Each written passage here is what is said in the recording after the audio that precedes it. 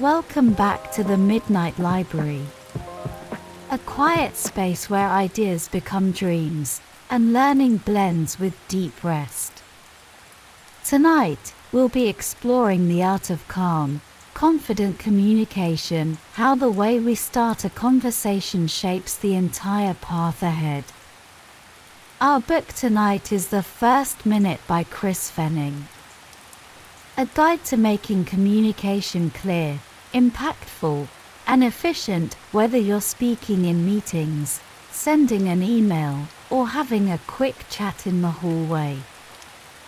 Fenning shows us that it only takes a moment, the first minute, to set the tone, to reduce confusion, and to make sure our ideas land exactly the way we intend.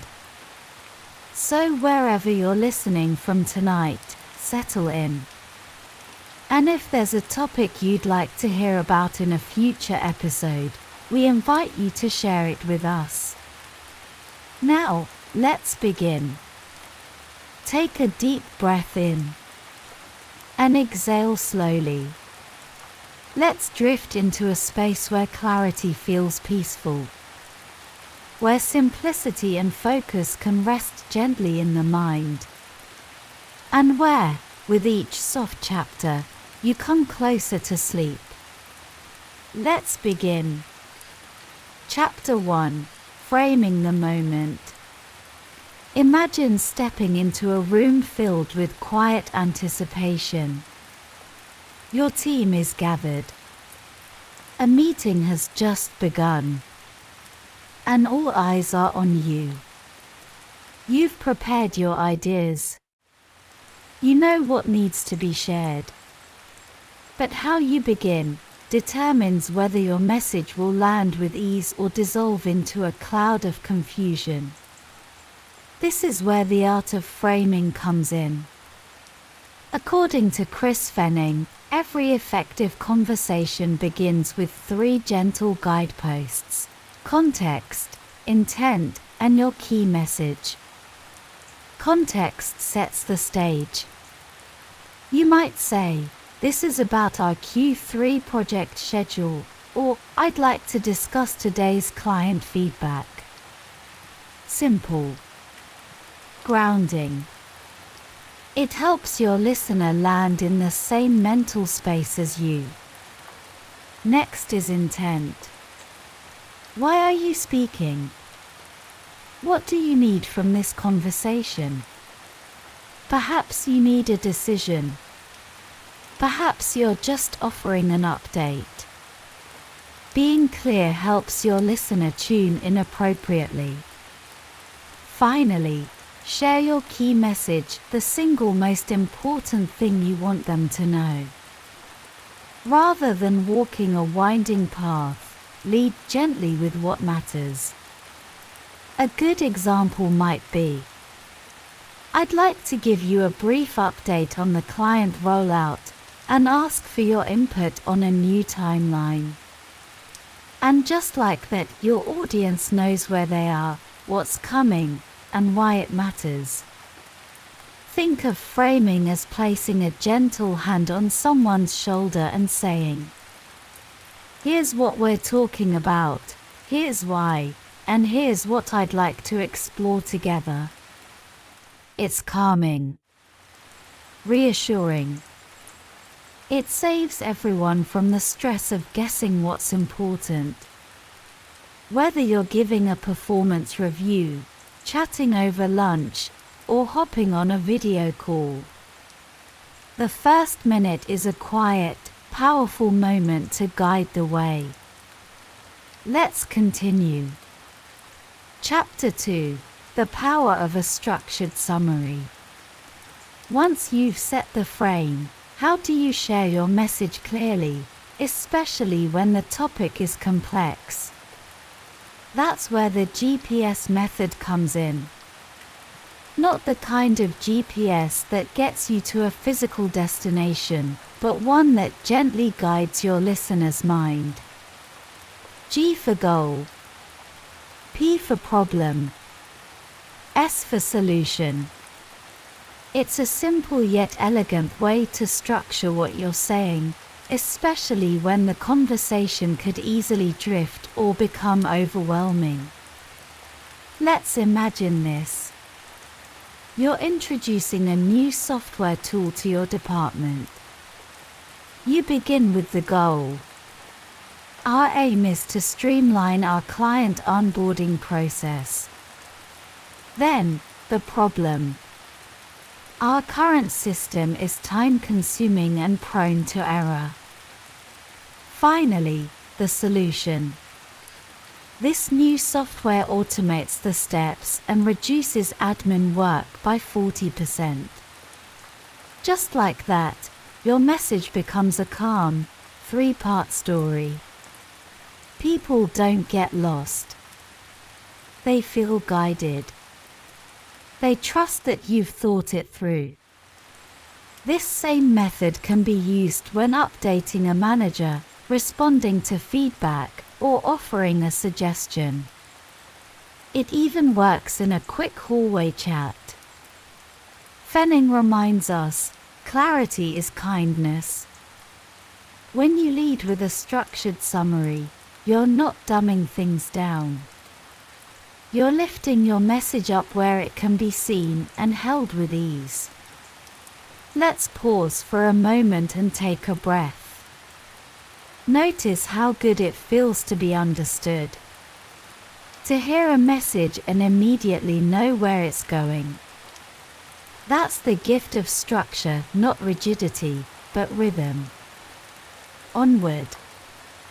Chapter 3: Timing and Validation. Now let's imagine another familiar moment. You see your colleague at their desk. They look focused, maybe even a little stressed. You have something important to share, maybe just 5 minutes worth. You approach and say, "Do you have a sec?" But in truth, it takes 15 minutes. Now they're behind on something else. And both of you leave the exchange a little less satisfied. This is why Fenning introduces the importance of time checks and validation. When we ask someone if they have time, we offer them the chance to be present fully, willingly, and without resentment. Try instead. Do you have 10 minutes now to go over the client feedback? This shows you value their schedule. And it gently encourages mutual respect. Once you've begun speaking, a validation checkpoint can help ensure you're aligned. You might ask, "Is this a good time to talk?" Or, "Is this what you needed from me today?" It's like adjusting the sails mid-journey to make sure the wind is still in your favor.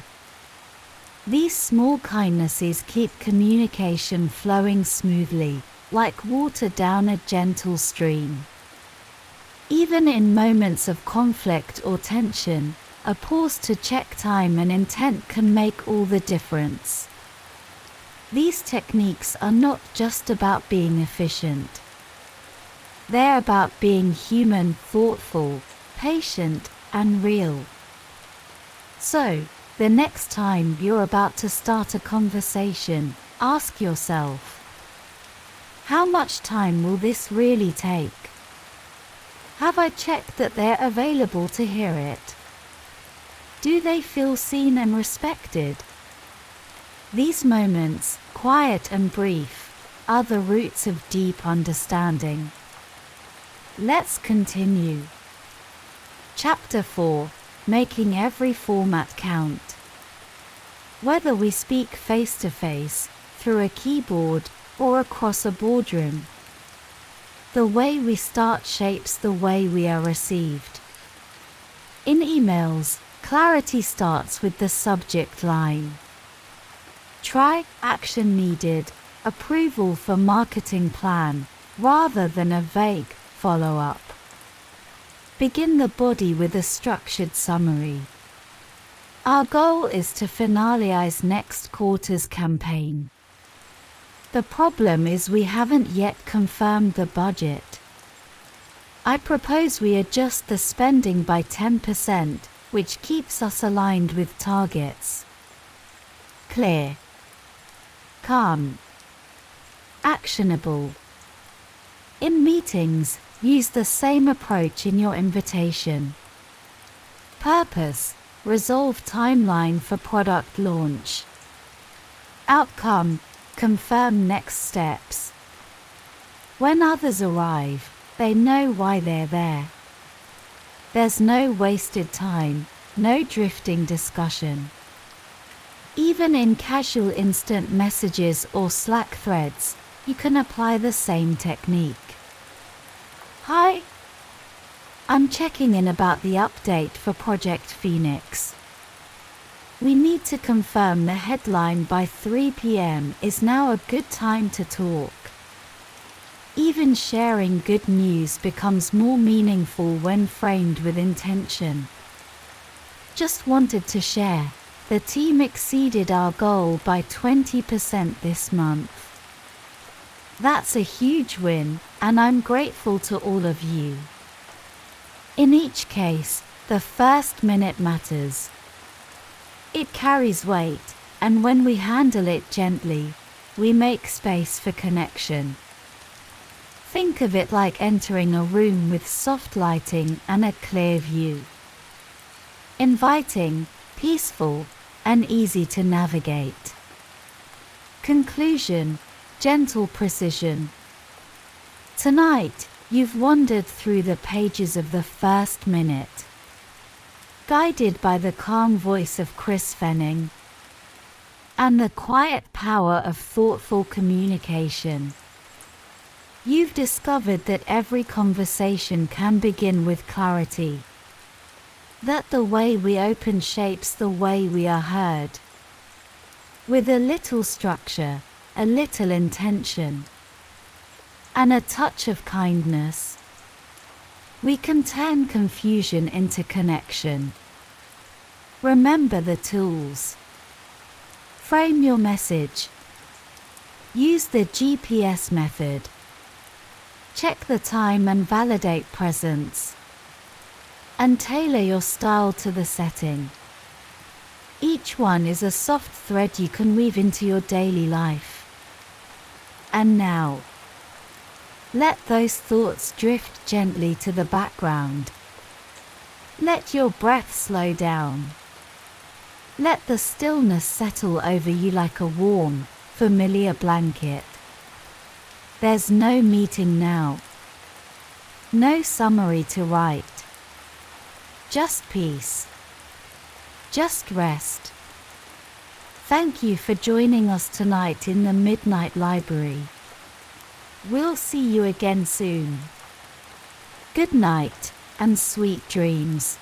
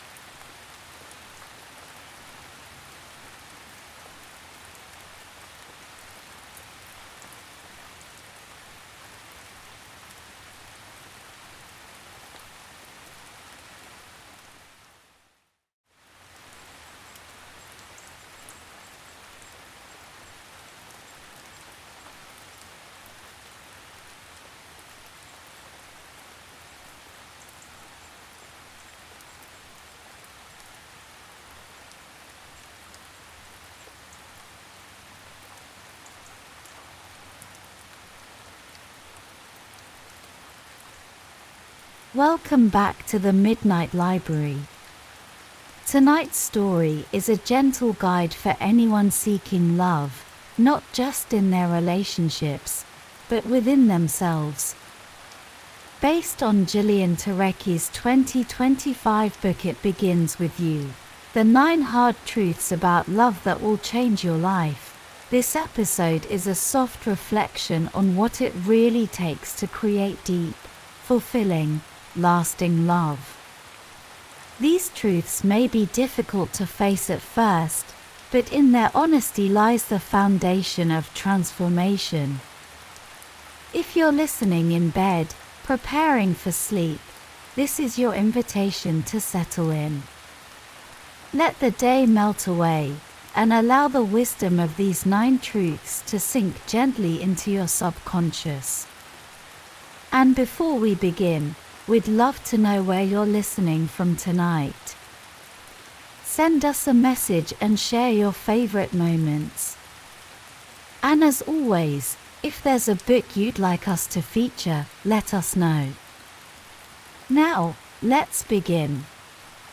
Chapter 1. It Begins With You. Every relationship you've ever had, from the magical to the painful, had one constant: you. This truth might feel heavy, but it's also incredibly empowering. Because if you are the common thread, it means you have the power to change the pattern. Many of us repeat unconscious choices. We might consistently fall for emotionally unavailable partners, or find ourselves fixing others instead of seeing them clearly.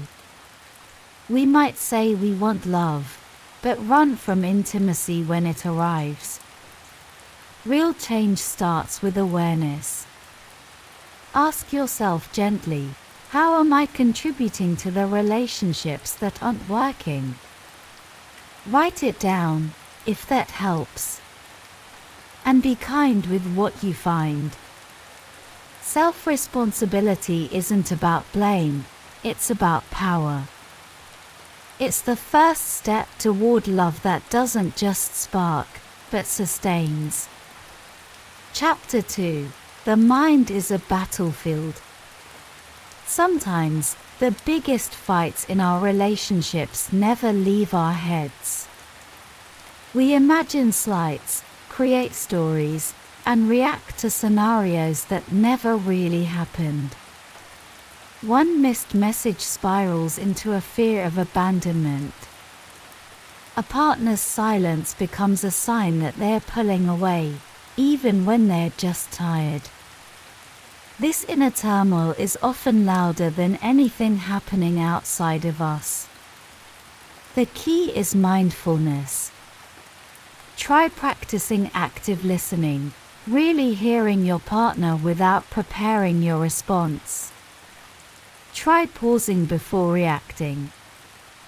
Try journaling the story your mind is telling you, then asking, is this actually true? By calming your inner storm, you allow space for real connection, not just with others, but with yourself. Chapter 3. Lust is not love. That electric feeling when you meet someone new.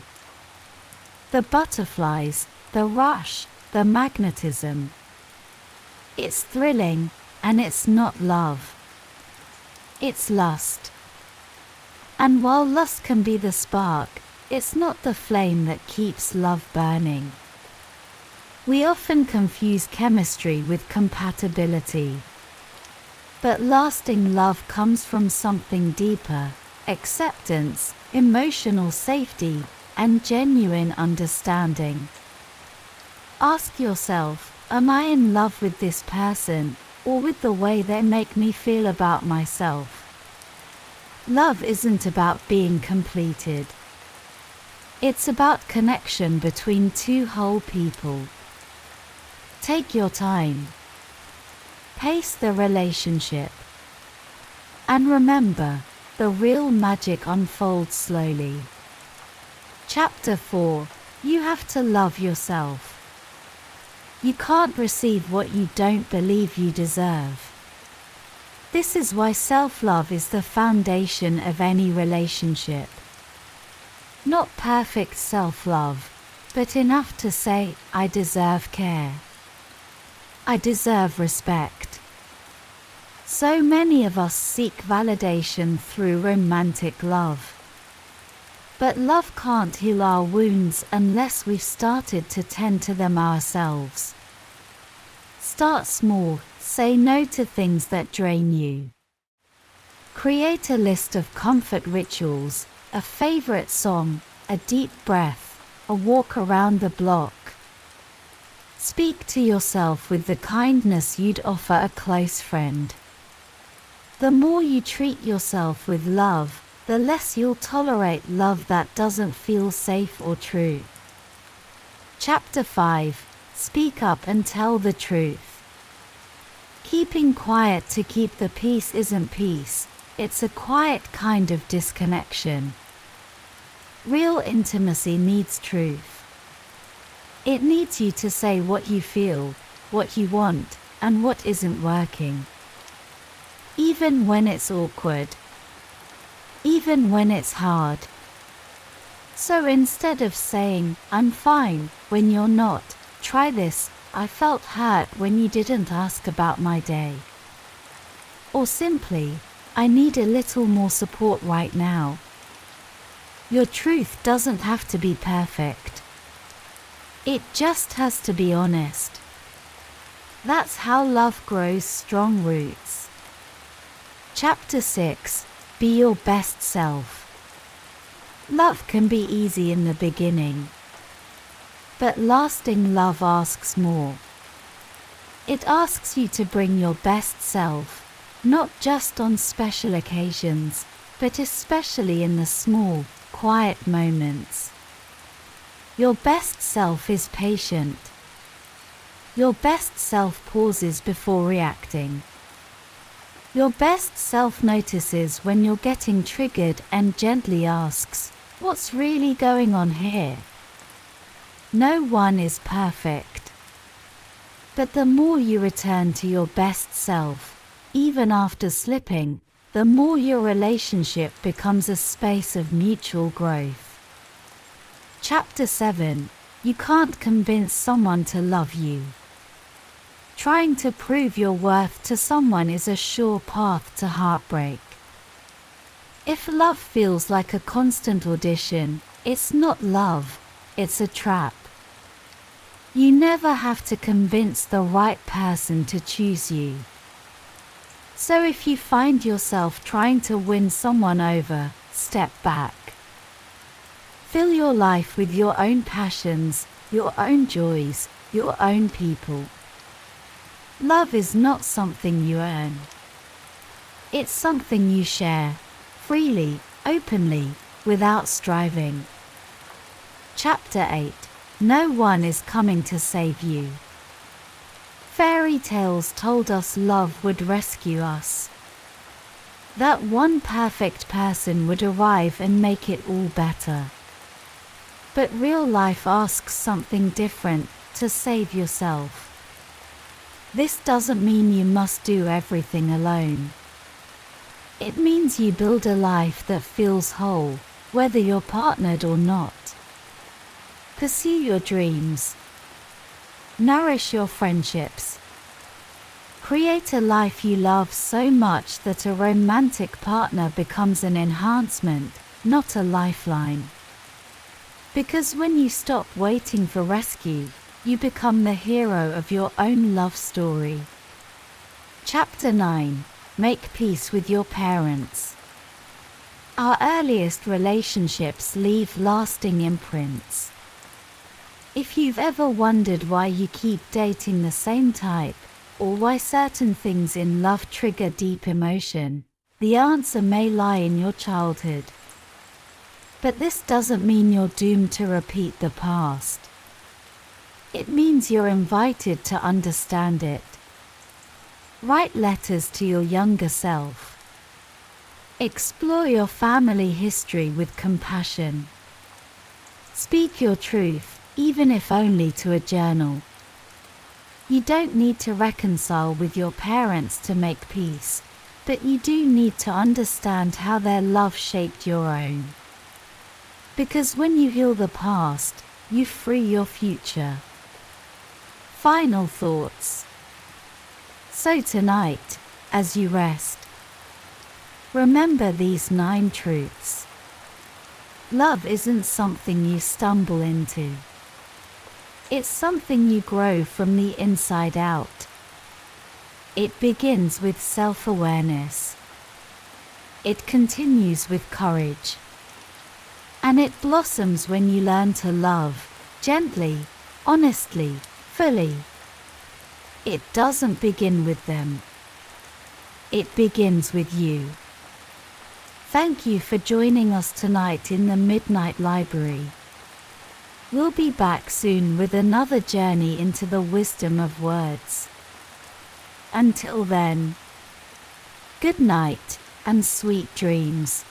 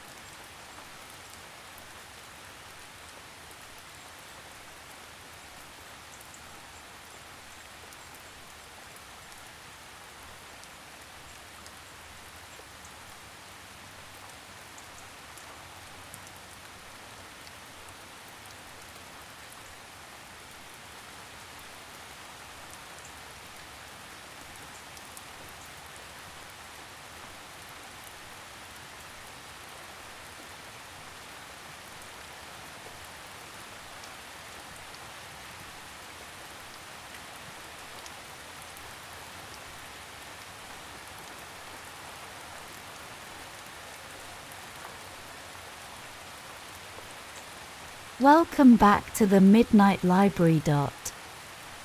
Tonight, we invite you to settle in and drift off as we journey through the quiet jungles of deep time, the winding corridors of human evolution, and the big questions about where we came from and where we might be going.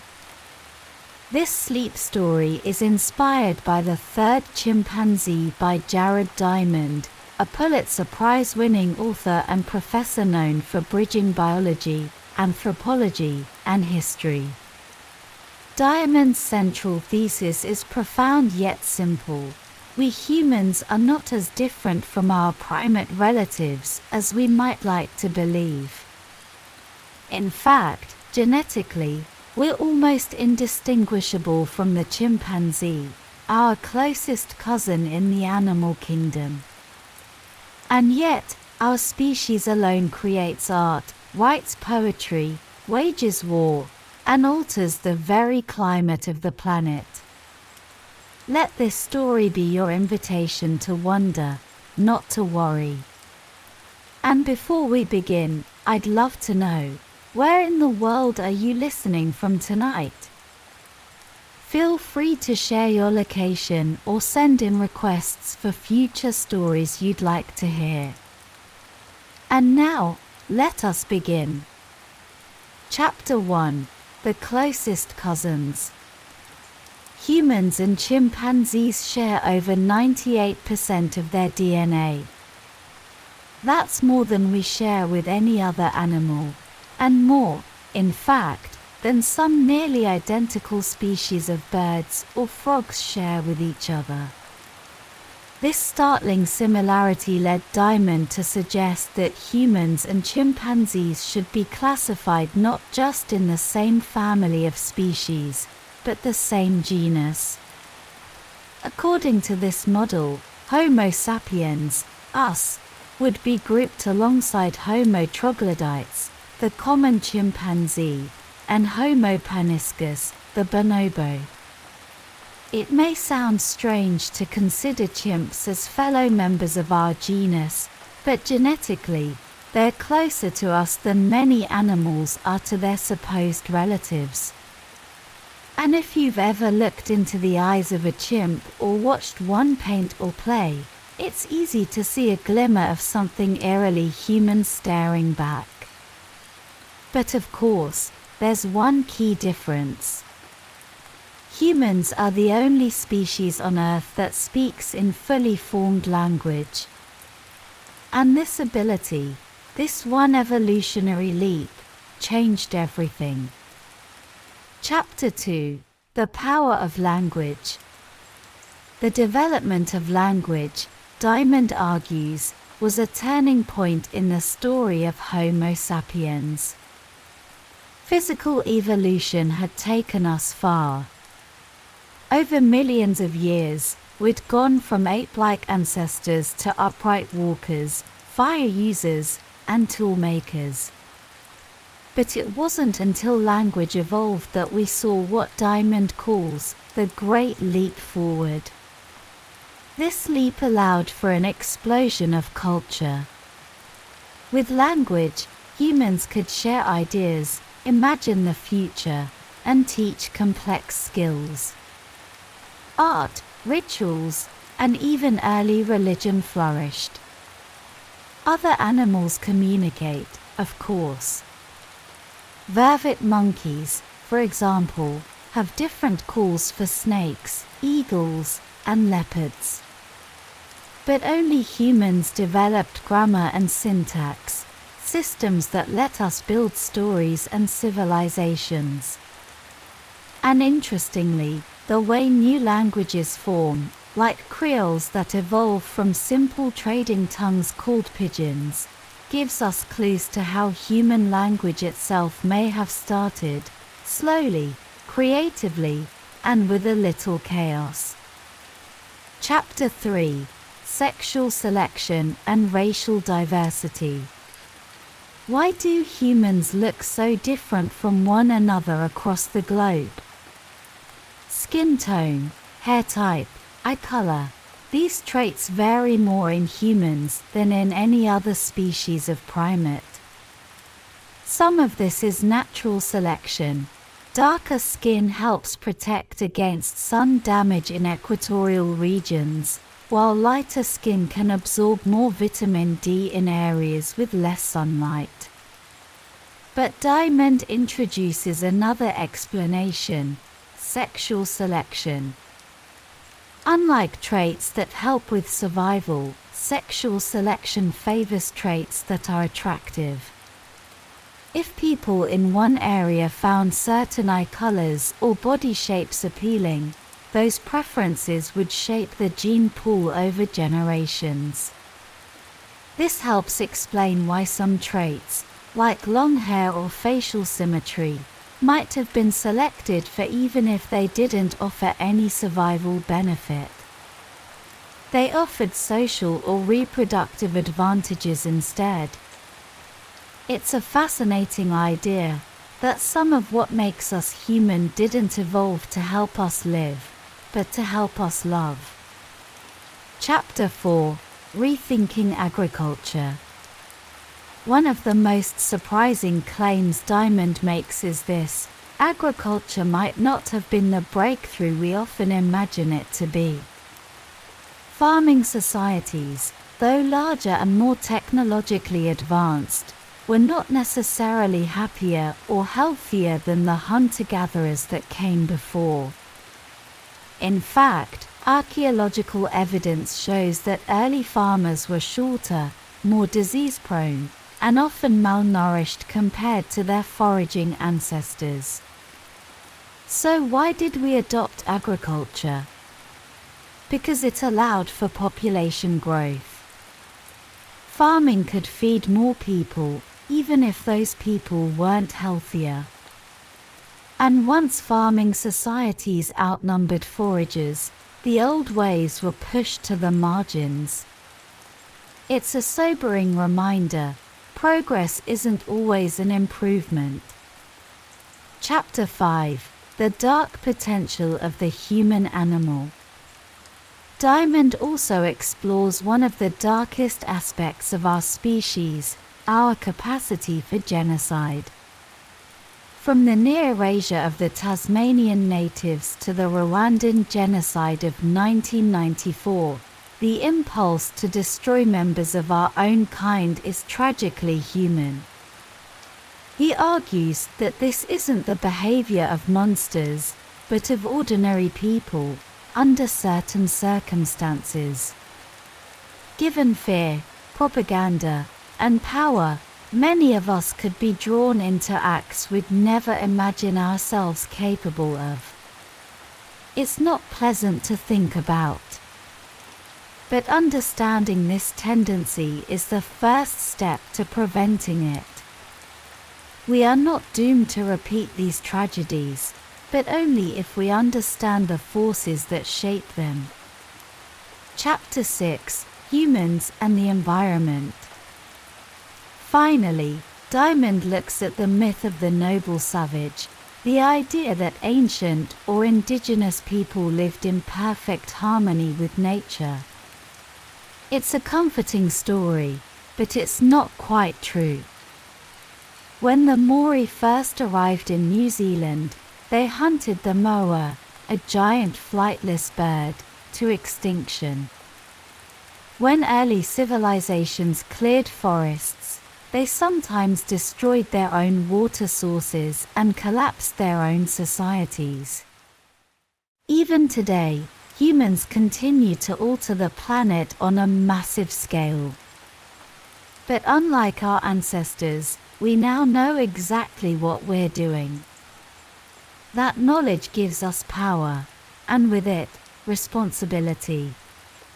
Our ability to imagine the future is one of our greatest gifts. But if we don't use it wisely, it could become our greatest curse. Conclusion: the third chimpanzee reflects. So what does it all mean? In the third chimpanzee, Jared Diamond urges us to see ourselves clearly, not as creatures above nature, but as animals with a unique set of tools. Tools that can create beauty, solve problems, and build wonders.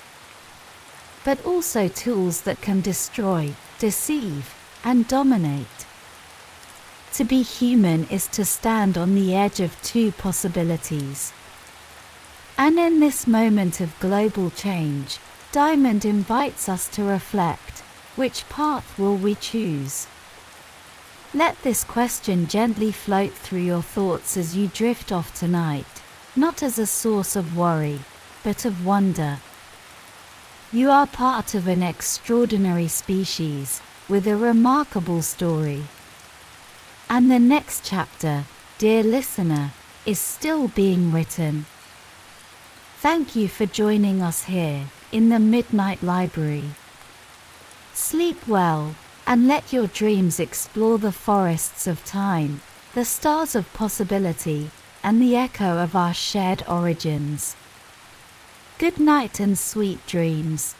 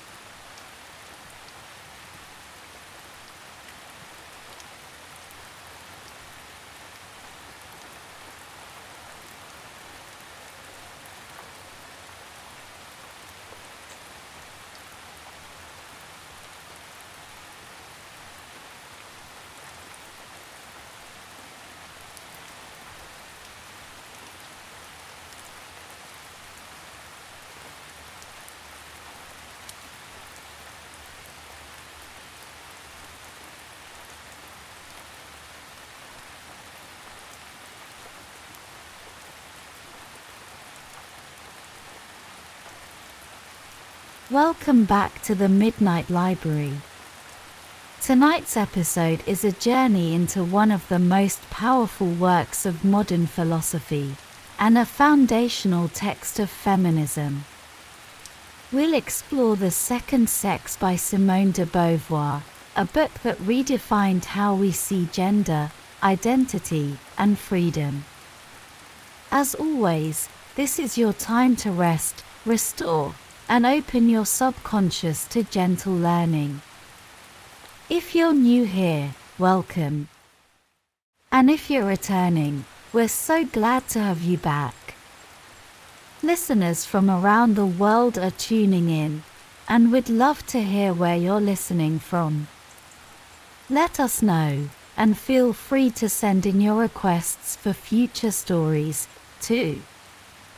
Now, tuck yourself in, get comfortable, and let's begin a quiet exploration of The Second Sex, a book that asks us not just what it means to be a woman, but how freedom itself must be redefined. About the author. Simone de Beauvoir was a French philosopher, novelist, and public intellectual. A lifelong companion of Jean-Paul Sartre, she is best known for her contributions to existentialism, ethics, and feminist philosophy. The Second Sex, published in 1949, is widely regarded as her masterwork, and one of the most important feminist texts of the 20th century.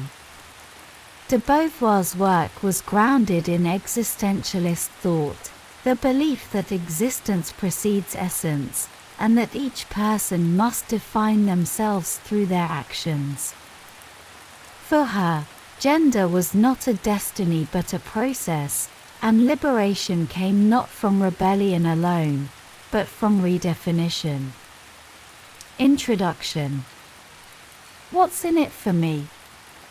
A profound look into how womanhood was constructed, and how it can be redefined. One is not born, but rather becomes, a woman. With this revolutionary sentence, Simone de Beauvoir shattered conventional wisdom about gender. To her, womanhood wasn't a natural state, but a learned condition, shaped by culture, history, and society.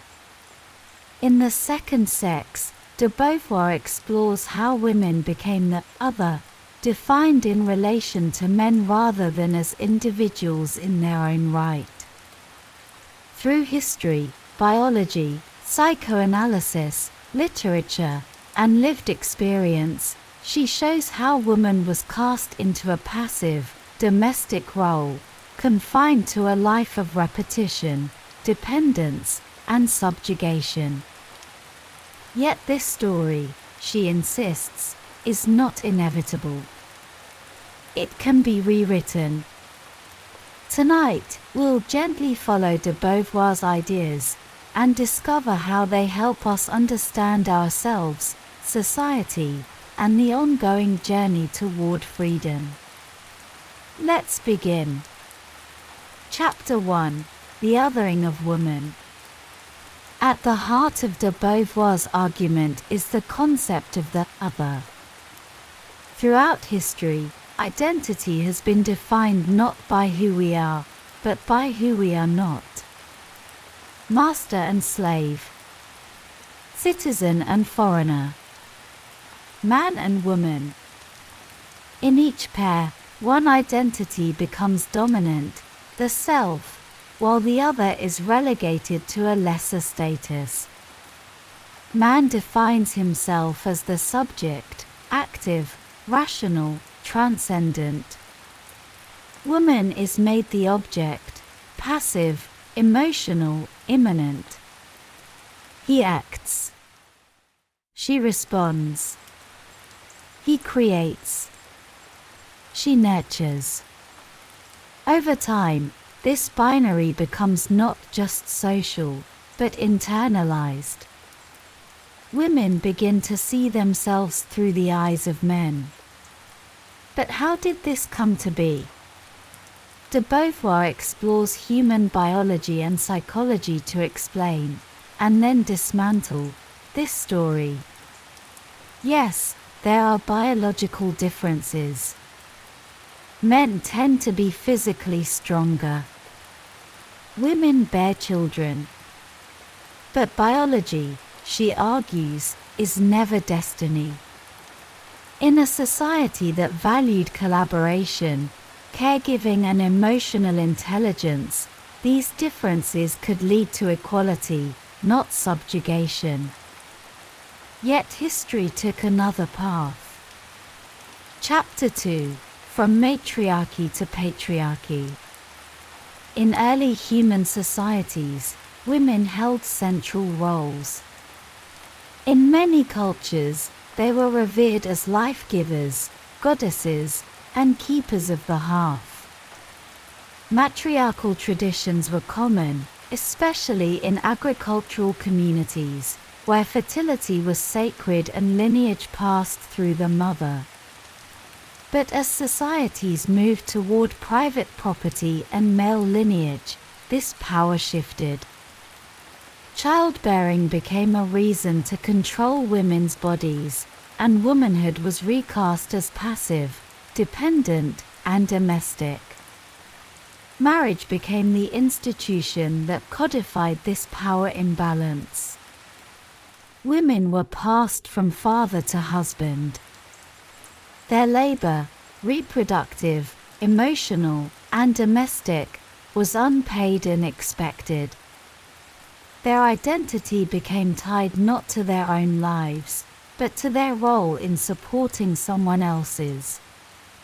Even in myth and religion, women became symbols of temptation or purity, the Madonna or the whore. Never the hero. Always the other.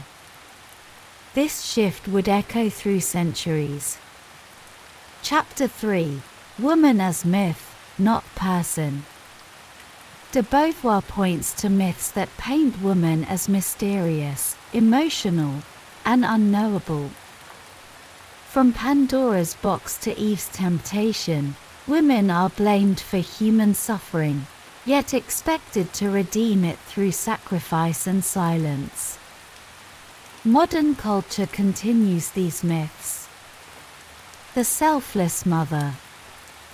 The seductive muse. The nurturing caretaker. Each one reduces women to a function, rather than honoring them as full, free beings. Even in psychoanalysis, de Beauvoir critiques Freud's concept of penis envy, a theory built on the assumption that male anatomy is the default. Female difference becomes deficiency. But what if, she asks, woman is not a failed man? What if her worth is not measured against male traits at all? In literature, too, women are rarely protagonists of their own stories.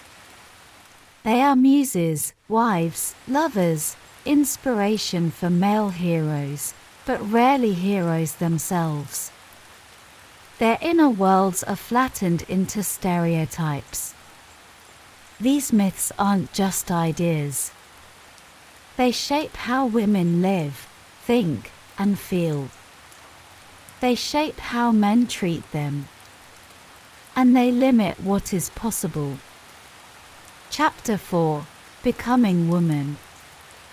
De Beauvoir's most famous idea is that woman is not born, she is made. From the earliest age, girls are taught to be soft, to please, to nurture. They are given dolls instead of building blocks. They are praised for beauty, not bravery. Boys are taught to explore, to take risks, to conquer the world. Girls are taught to wait, to obey, to be chosen. This process intensifies in adolescence. As the body changes, girls become conscious of being looked at. They learn to see themselves through others' eyes. Their value becomes tied to appearance, to desirability, to modesty and self-control. Romantic love, in particular, becomes a powerful trap. Girls are taught to dream of marriage, not as a partnership, but as salvation. She is incomplete without him. Her purpose is to support his. De Beauvoir calls this the seduction of immanence, a life turned inward, waiting, longing, supporting. A life where woman never fully becomes herself. But it doesn't have to be this way. Chapter 5: Transcendence, Freedom, and the Path Forward. In existentialist thought, freedom is our birthright. We are not bound by fate. We define ourselves by what we do, by the choices we make. To be truly free, de Beauvoir says, woman must refuse the roles society has given her, and instead define herself as subject, not object. This doesn't mean rejecting femininity. It means reclaiming it. It means writing our own stories, not simply appearing in others. It means building lives of action, not passivity. It also means changing the world around us.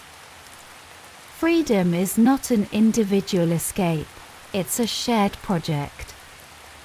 Society must evolve to support both men and women in living fully human lives, where care work is valued, where choice is protected, and where gender is not a cage. Real equality, de Beauvoir writes, comes when man and woman see each other not as master and other, but as peers, equally capable of thought, freedom, and transcendence. Final thoughts. The Second Sex is not just a book about women. It's a book about all of us, about how identity is made, how freedom is earned, and how we can break the patterns that limit our lives. De Beauvoir's message is both a warning and an invitation. If woman is a social construct, then she can be rebuilt. And in that rebuilding, we can all find greater truth and freedom. No one is born a woman, she wrote. One becomes one. And perhaps, one can also become something more. Thank you for joining us tonight at the Midnight Library.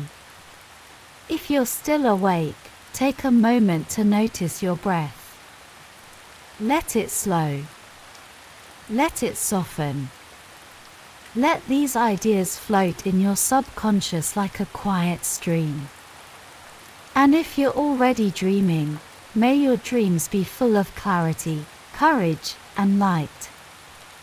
Until next time, good night and sweet dreams.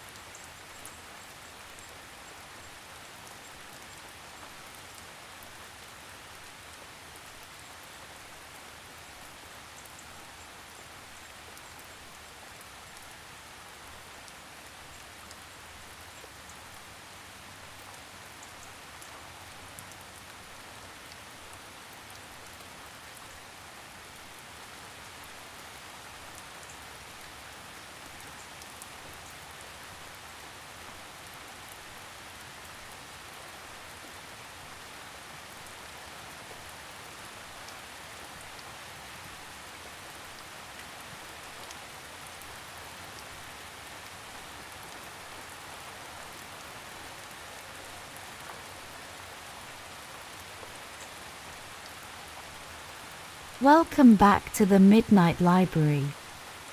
It's time to settle into stillness. Wherever you are, allow yourself to unwind. Take a long breath in and out. Let go of the day behind you. You're now entering a space of quiet reflection and peaceful rest, where stories become gentle companions for your subconscious mind. Each night in the Midnight Library, we share ideas from the world's great thinkers, simplified, softened, and reshaped to help you drift into sleep while absorbing the wisdom they offer.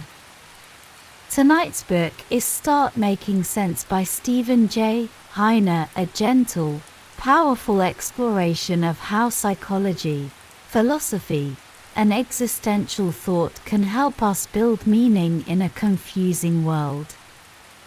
Before we begin, we'd love to know where you're listening from tonight. If there's a book you'd like us to feature in a future episode, let us know. Now, let's begin. About the author. Stephen J. Heine is a Canadian professor of social and cultural psychology at the University of British Columbia. He's a world-leading scholar in cultural psychology and the author of some of the most widely used textbooks in the field. In his work, Heine explores how culture, cognition, and meaning shape human behavior. With Start Making Sense, he invites us to blend behavioral science with existential philosophy, showing how we can embrace life's absurdity to craft lives of intention, courage, and meaning. Introduction: Embracing meaning in an uncertain world. Imagine Paris in the summer of 1949. The war has ended, and the city buzzes with a cautious but undeniable sense of hope. At a little sidewalk cafe, three thinkers are deep in conversation. Albert Camus, the rugged, soulful novelist, Jean-Paul Sartre, the ever-introspective philosopher, and Simone de Beauvoir, fierce, brilliant, and sharp-tongued, who is about to release The Second Sex, a book that will change the world. They're not just talking politics or art. They're talking about life and its strange, often painful absurdity. Together, they form the core of the existentialist movement. And while existentialism has since become shorthand for bleakness and brooding, these thinkers were focused on something far more life-affirming, the idea that even when life makes no sense, you can still make meaning. Stephen Heine's Start Making Sense explores how modern psychology echoes these same existential themes. When the world feels chaotic, and our carefully constructed identities begin to crumble, there's a hidden power in accepting that we're sense-making creatures, storytellers, who can learn to live fully even when we don't have all the answers. Tonight, let's explore how you can begin to make sense of your life, not by denying its confusion, but by learning to dance with it. Chapter 1: The Sense-Making Ape. If someone asked you right now, "Who are you?" how would you answer? You might say, "I'm a writer," or "a parent," or "a friend." You might describe your personality, kind, analytical, curious. But depending on where you're from, your answer could change entirely. In East Asian cultures, people often define themselves in terms of relationships. "I'm the daughter of," or "I belong to this community." In the West, we lean more toward individuality, defining ourselves by our work, interests, or unique traits. In every case, though, humans are creatures of meaning. We're wired to make sense of ourselves and the world around us. We tell stories, both aloud and silently, about who we are and why things happen. And when those stories stop working, we suffer. You've probably felt it. That sense of disconnection when something in your life no longer fits the narrative. A breakup. A job loss. A global crisis. Suddenly, your identity feels fragile. That's not just psychological discomfort, it's existential. Heine reminds us that the need for meaning is one of the strongest predictors of well-being. In fact, humans will often choose discomfort over confusion. We'll cling to broken systems and outdated beliefs just to avoid uncertainty. Consider how many people, in the wake of massive life changes, immediately rush to create a new sense of purpose. A retiree becomes a mentor. A widow starts a foundation. Even in grief, we seek meaning. Existentialist thinkers saw this clearly. Nietzsche, Camus, Sartre, and de Beauvoir understood that when the stories we live by collapse, we don't fall into despair because life has no meaning, we fall because we haven't yet written a new one. Chapter 2. The Stories We Tell Ourselves. Albert Camus famously wrote about the absurd, that terrifying gap between the human desire for clarity and the cold indifference of the universe. Imagine someone who has always defined themselves by their career, a teacher, perhaps. For decades, this person has felt valued and fulfilled. But suddenly, they lose their job. Without it, who are they? That inner narrative collapses. Or think of someone who believes they're a generous person, but they're told by a loved one that they've been selfish. The story doesn't match the reality, and that dissonance hurts. Heine notes that we all have these stories, internal scripts that help us make sense of who we are. And when those scripts are challenged, it can feel like an identity crisis. But there's a liberating truth here. If we are the authors of our stories, we can also rewrite them. Walt Whitman, the poet, embraced contradiction. I am large, he wrote, I contain multitudes. We are not meant to be perfectly consistent. We're meant to evolve. Instead of seeing inconsistencies as flaws, what if we viewed them as invitations? Opportunities to refine our story and make it truer, fuller, more aligned with who we're becoming. If you once saw yourself as timid, but find yourself speaking out, the story can change. If you've lived as a people pleaser, but are learning to set boundaries, the story can change. You are not fixed.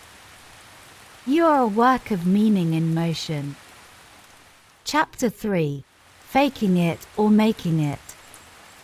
Children are some of the most creative meaning makers of all. If you've ever listened to a child try to explain the world, you've seen this in action. Told they're going to a recital, a child might assume it's like church, because they've been told to dress up. If it's held at night, they may assume it's like going to a restaurant or watching a movie. They create meaning by connecting new experiences to what's already familiar. This tendency doesn't disappear with age. As adults, we still try to make new experiences fit into old frameworks. Even when the world is clearly changing around us, we try to maintain our existing beliefs. This is why people may continue supporting political or religious systems that no longer serve them, not out of ignorance, but because their sense of identity is built around them. It's also why scientific revolutions take so long. When Copernicus proposed that the Earth orbited the Sun, the idea was met with resistance. Not because it wasn't true, but because it shattered centuries of worldview. Scientists, like anyone else, are human and reluctant to abandon familiar stories, even when they no longer make sense. Heine calls this faking meaning. We patch up old frameworks instead of creating new ones. But at some point, those patches give way. And when they do, we're invited into a deeper, more honest relationship with ourselves and the world. To start making sense, we must first stop pretending. Chapter 4: Don't be a stranger. Camus' novel The Stranger offers a haunting picture of what happens when someone gives up on meaning entirely. Its protagonist, Musault, is disconnected, passive, and indifferent even to the death of his own mother. Without meaning, without engagement, he floats through life until tragedy strikes. His story is a warning. Without meaning, we become strangers not just to the world, but to ourselves. But existentialism doesn't leave us in despair. In fact, it offers a powerful alternative. You can choose meaning. You can make meaning. You can stop living by someone else's story and start writing your own. Heine suggests that in moments of disconnection, we must return to the things that feel real. For some, that's nature. For others, creativity, family, faith, or service. The details don't matter. What matters is that you choose to engage with life, not withdraw from it. Jean-Paul Sartre said that even though we didn't choose to be born, we are responsible for the lives we create. And that's the heart of existentialism. No one is coming to hand us a ready-made purpose.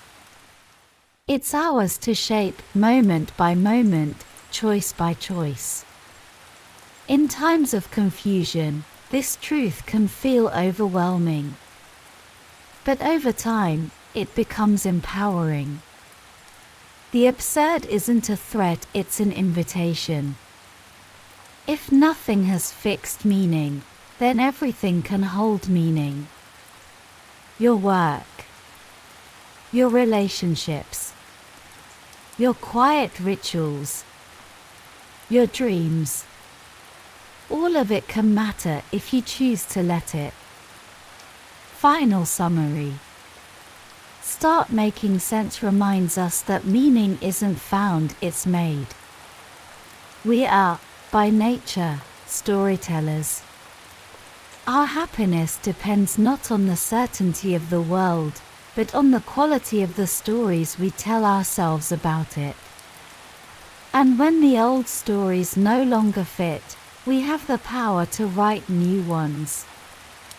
By acknowledging your contradictions, embracing uncertainty, and choosing to live with intention, you can start making sense of your life, even when the world doesn't. Tonight, as you drift into sleep, know that your story is still unfolding. And you are the author. Thank you for joining us in the Midnight Library. Good night and sweet dreams.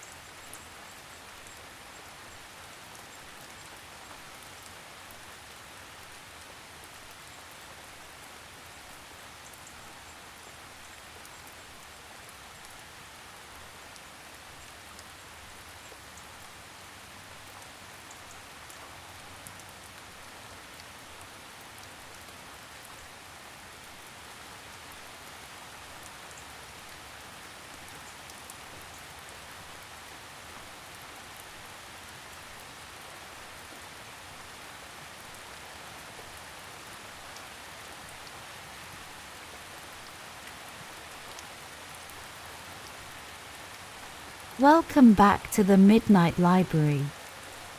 This is the place where books become dreams, where wisdom from history, business, health, and personal development transforms into soothing bedtime stories for the soul. Tonight, we explore a book that invites us to rethink everything we've been taught about work, time, and fulfillment. It's called Work Backwards, written by Tim Duggan. Tim Duggan is a renowned Australian author and digital media entrepreneur.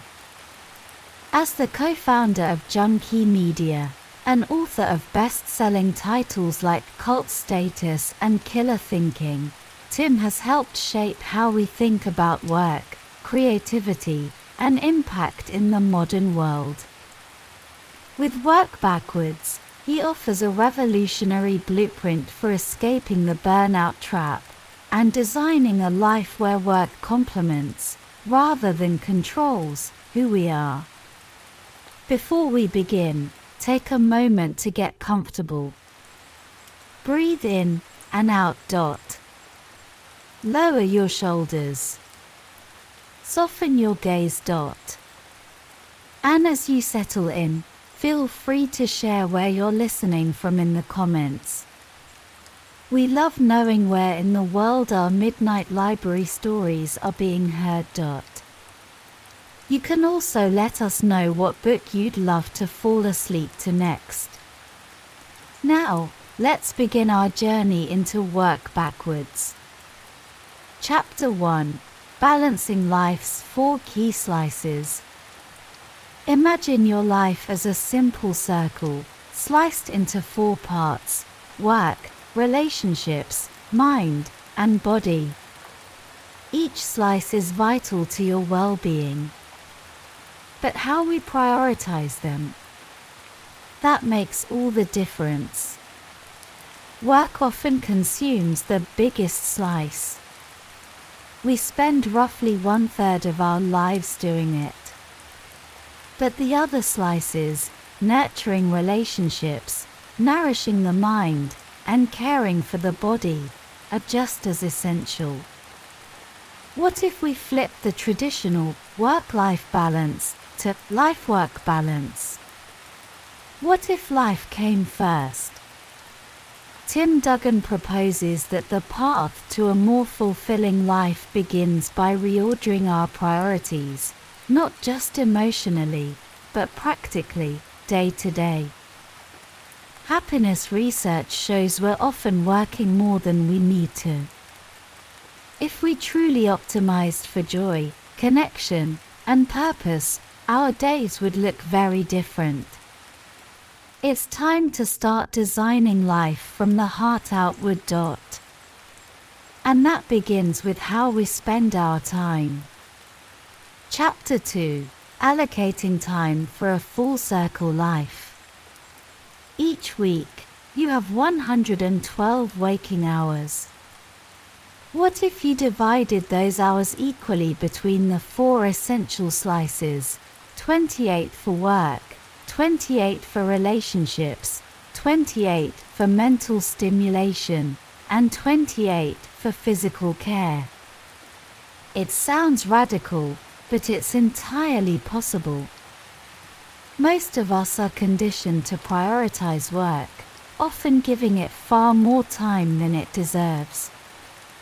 But studies show that working more than 35 hours a week rarely leads to greater well-being or productivity. In fact, 28 focused hours might be all you need. Spending equal time on relationships, the mind, and the body can transform your quality of life. 4 hours a day with loved ones. 4 hours a day learning, reading, relaxing, or daydreaming. 4 hours a day cooking nourishing meals, moving your body, or simply resting. And some activities can overlap: going for a walk with a friend, preparing dinner with family, or listening to an audiobook while stretching. The goal isn't perfection. it's awareness. This is how a full circle life begins, not with more time, but with intention. Chapter 3: Rethinking Budgeting with Joy in Mind. When you hear the word budget, what comes to mind? For many, it's restriction, control, sacrifice. But Tim Duggan reframes budgeting as a joyful exercise in self-awareness. He introduces the concept of a backwards budget, a method that starts not with income, but with what you need to live the life you truly want. The backwards budget asks, what's enough for you? What are the non-negotiables that bring joy, peace, and fulfillment? And how much do those things actually cost? Once you know your ideal lifestyle costs, you can work backwards to create income streams that support it, rather than work endlessly hoping to someday afford joy. Maybe you discover you don't need as much as you thought. Maybe you find new clarity about what really matters. Budgeting, then, becomes less about numbers and more about values. And with that shift, financial peace begins to bloom. Chapter 4: Meaning at Work, Redefined. We've all heard the saying, find a job you love and you'll never work a day in your life.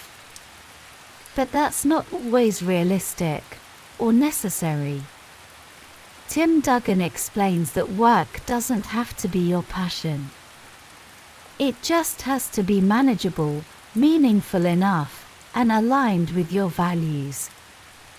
Some people see their job as a means to support their passions outside of work. Others find career paths that offer growth and learning. A few feel called to work that expresses their deepest purpose. All of these are valid. Studies show that spending just 20% of your work time on meaningful tasks can significantly reduce burnout. And adding more than that doesn't necessarily increase your fulfillment.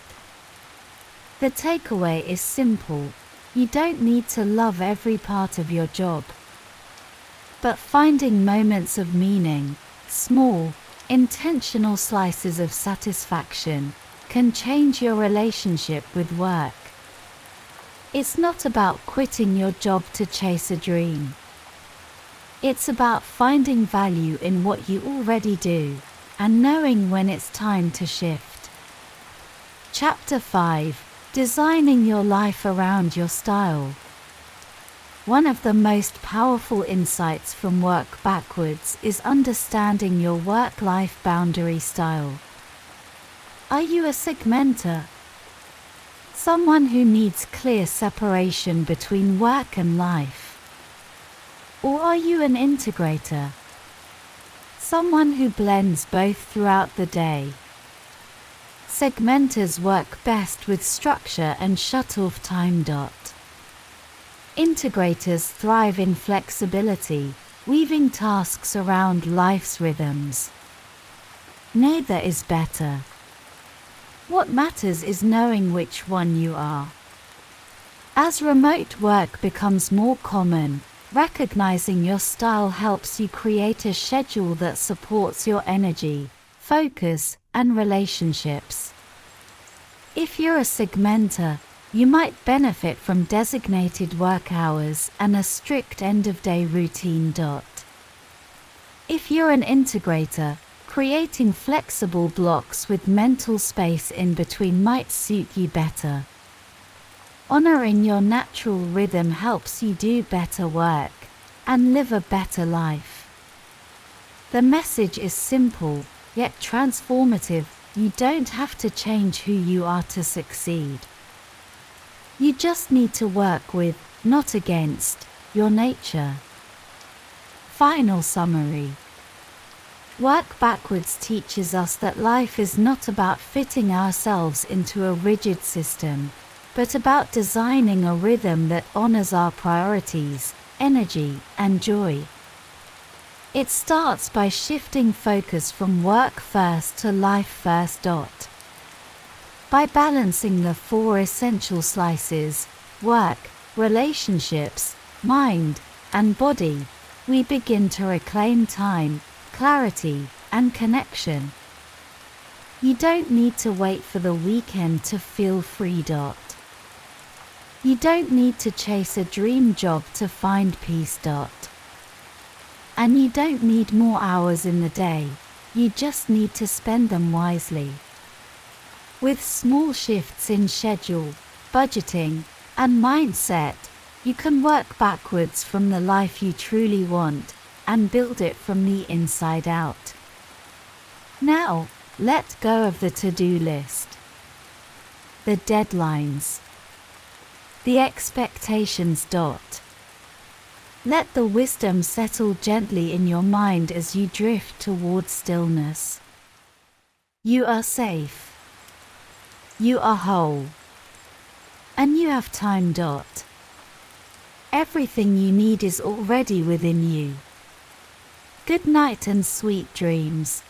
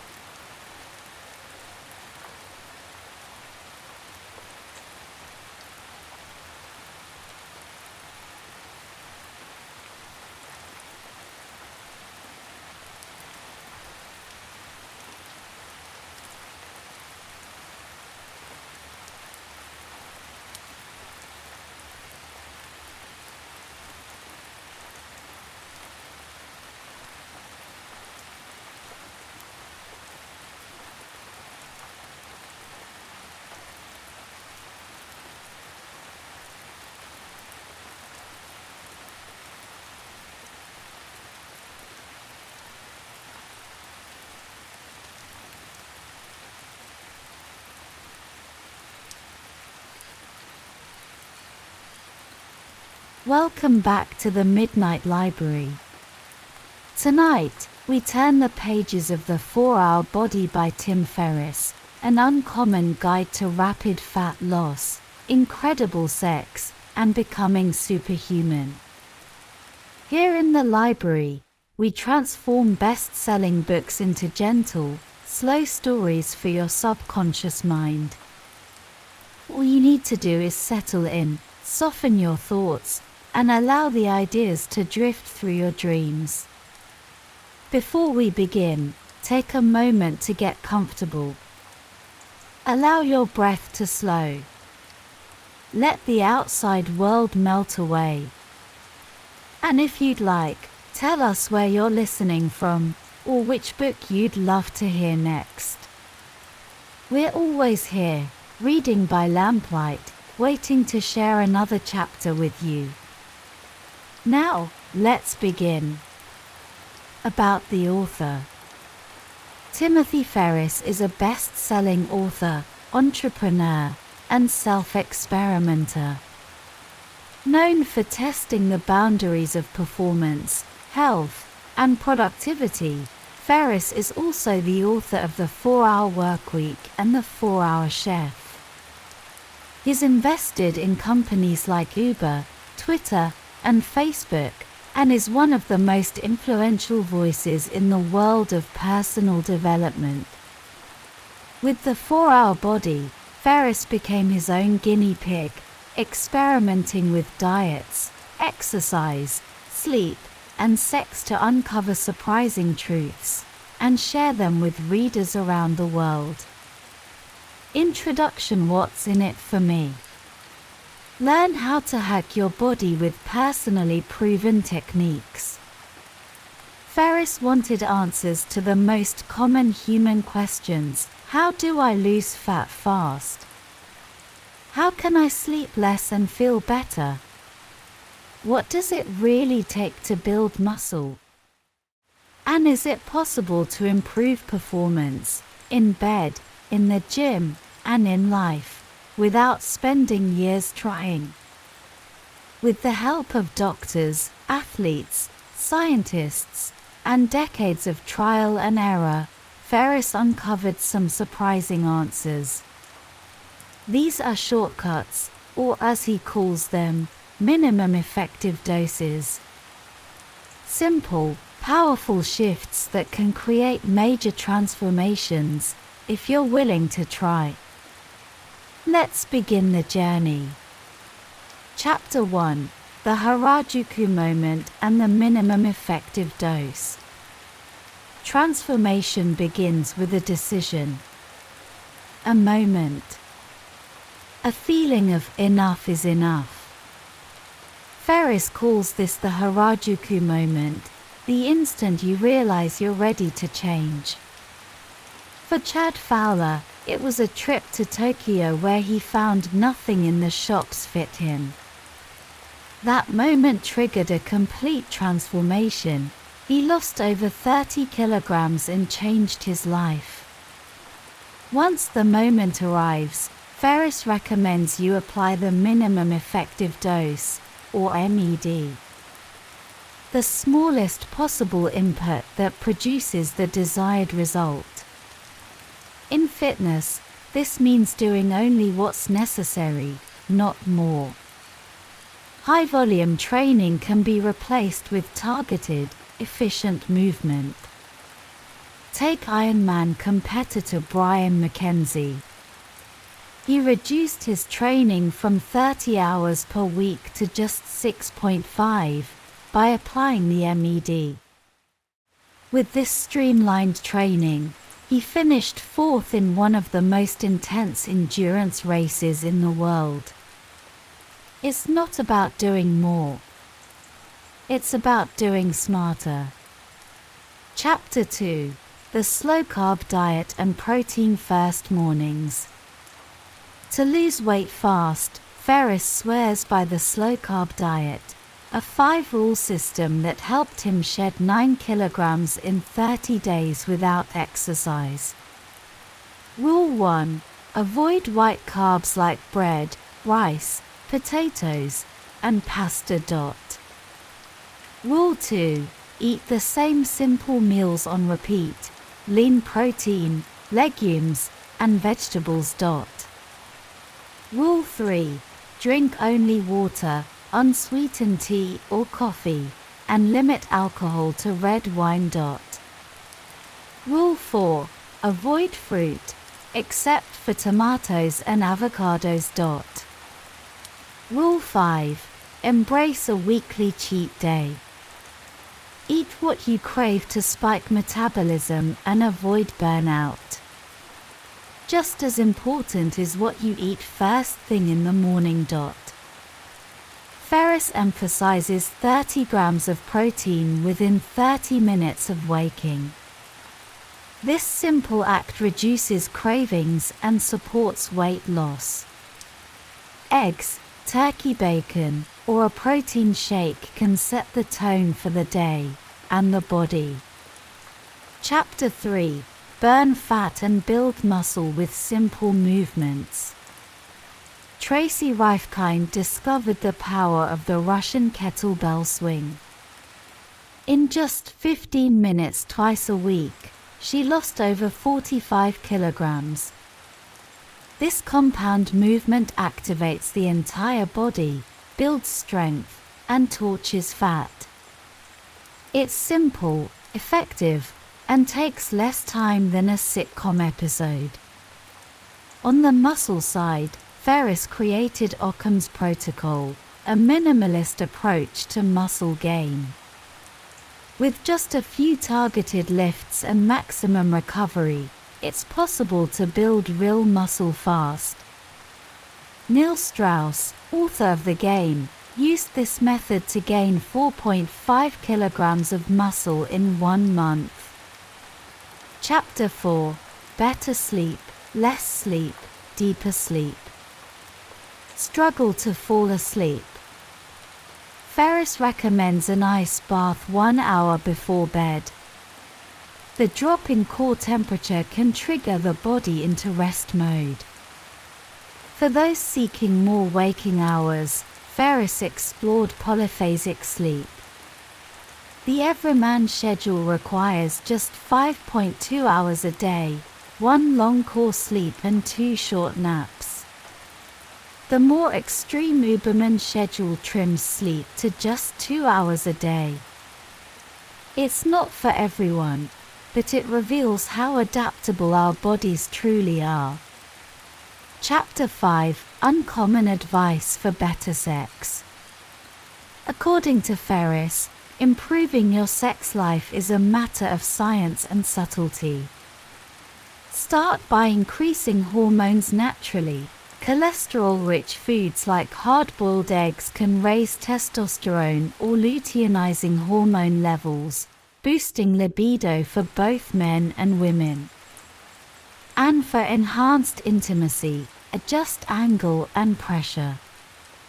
Slight changes in position can improve stimulation and connection, especially when communication and comfort are prioritized. Chapter 6. How to jump higher and run better. Want to jump higher? Try swinging your arms down like a diver before launching into a squat. This creates momentum and adds inches to your vertical leap. Want to run faster? Learn the pose method. Land on the balls of your feet, lean forward, keep knees bent, and let gravity do the work. This technique reduces injury, increases speed, and feels like flying. Chapter 7. Boost your performance with small adjustments. Allyson Felix, Olympic sprinter, used competition conditioning to break world records. She trained by walking fast, forcing her body to jog to maintain pace. For swimming, Ferriss embraced the total immersion technique, focusing on glide, body alignment, and reduced drag.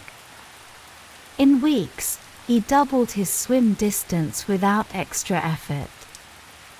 The takeaway: Performance isn't always about pushing harder. It's about moving smarter. Conclusion: becoming superhuman one habit at a time.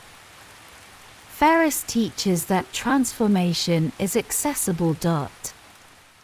By identifying your Harajuku moment, applying the minimum effective dose, and experimenting with small, consistent changes, you can reshape your body, boost your energy, and live better.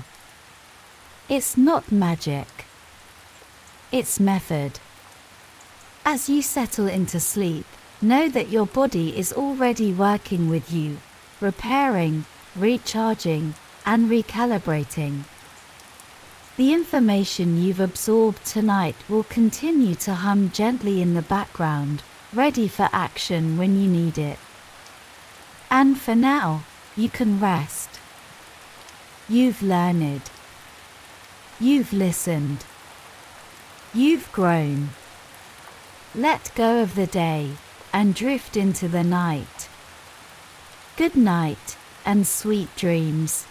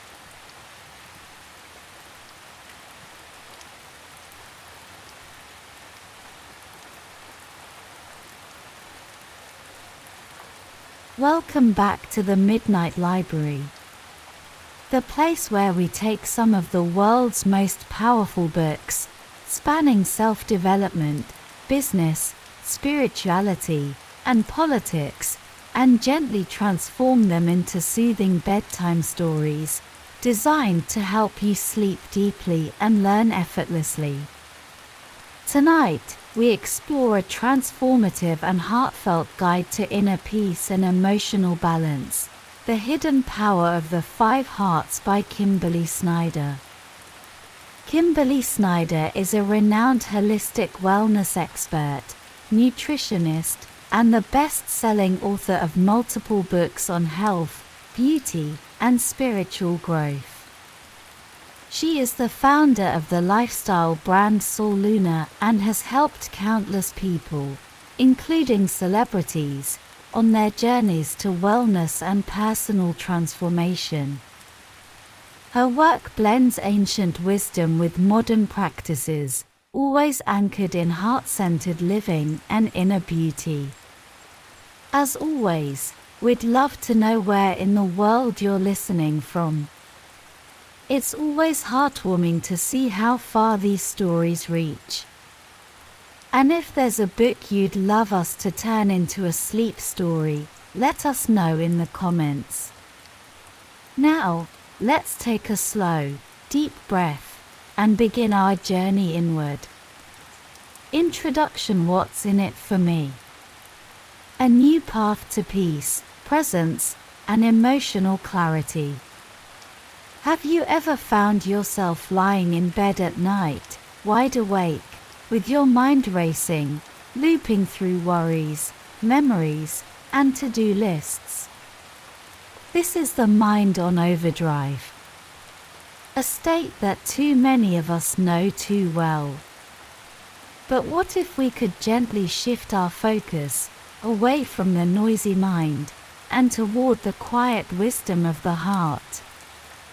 This is the essence of the hidden power of the 5 hearts, the invitation to lead from love, intuition, and balance, instead of fear, overthinking, or ego. Kimberly Snyder introduces us to 5 stages of heart-centered living. Together, they form a journey, from mental overwhelm to deep inner coherence, awakening a sense of peace, clarity, and compassion that can ripple through every part of your life. Let's begin. Chapter 1: The 5 Steps Toward Heart Coherence. Thinking is necessary, but thinking alone is not enough. The mind is excellent at problem-solving, logic, and linear plans. But left unchecked, it can feed us a constant stream of negative thoughts, like, I'm not good enough, or I need to be more like them. This is where the heart comes in. Though we often think of it as simply a blood-pumping organ, the heart has its own neural network, containing about 40,000 neurons, and a kind of intelligence that scientists are only beginning to understand. It even sends more signals to the brain than the brain does to the heart.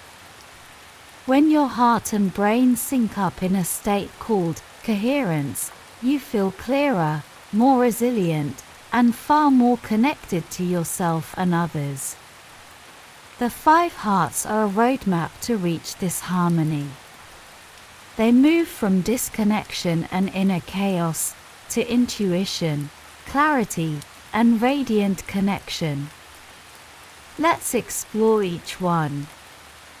Chapter 2: Moving Beyond the Dark Heart. The first stage is the dark heart.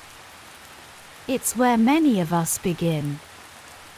In this state, the heart is quiet and the mind takes over. Stress, frustration, and confusion dominate. Negative thoughts feel like truth. We start believing we're broken, behind, or not enough. But this stage is a teacher. It's here to show us the contrast, to help us realize what it feels like when we live only from the head and not the heart. To move beyond the dark heart, begin by reconnecting with your heart. Place your hand gently on your chest. Breathe deeply. Imagine appreciation flowing into your heart. This simple act begins to re-establish communication between the brain and heart. This is the beginning of coherence. Over time, as this connection deepens, you'll find thoughts naturally begin to soften.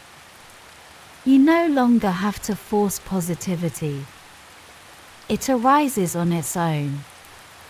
And with that, the darkness begins to lift. Chapter 3: The Strengthening of the Propelled Heart. The second stage is the propelled heart. Here, you feel momentum. Light begins to return. And the voice of your heart gets louder than the chatter of your mind. You may begin to feel a newfound clarity. Confidence grows. And you start recognizing that the feelings of lack and fear were illusions. You were never broken. You were just disconnected. Practices like visualizing your heart as a radiant sun or placing a hand on both your heart and gut to align their wisdom help ground you. You may still feel occasional resistance or doubt, but overall, there's movement. Energy returns. Life begins to flow. This is the heart's quiet strength waking up. Chapter 4: The Wisdom of the Steady Heart. Next comes the steady heart. At this stage, your emotional waves calm. You stop searching for worth in the external world and instead anchor into the knowing that love, peace, and wisdom are already within you. Emotional intelligence deepens. You begin to notice when jealousy, impatience, or self-doubt arise, and instead of reacting, you respond. This is the heart as your guide. True love starts to feel less like a yearning and more like a steady flame within. You love not to be validated, but because it's your nature to love. You grow compassionate, even toward people who once triggered you. The heart becomes your anchor and your compass.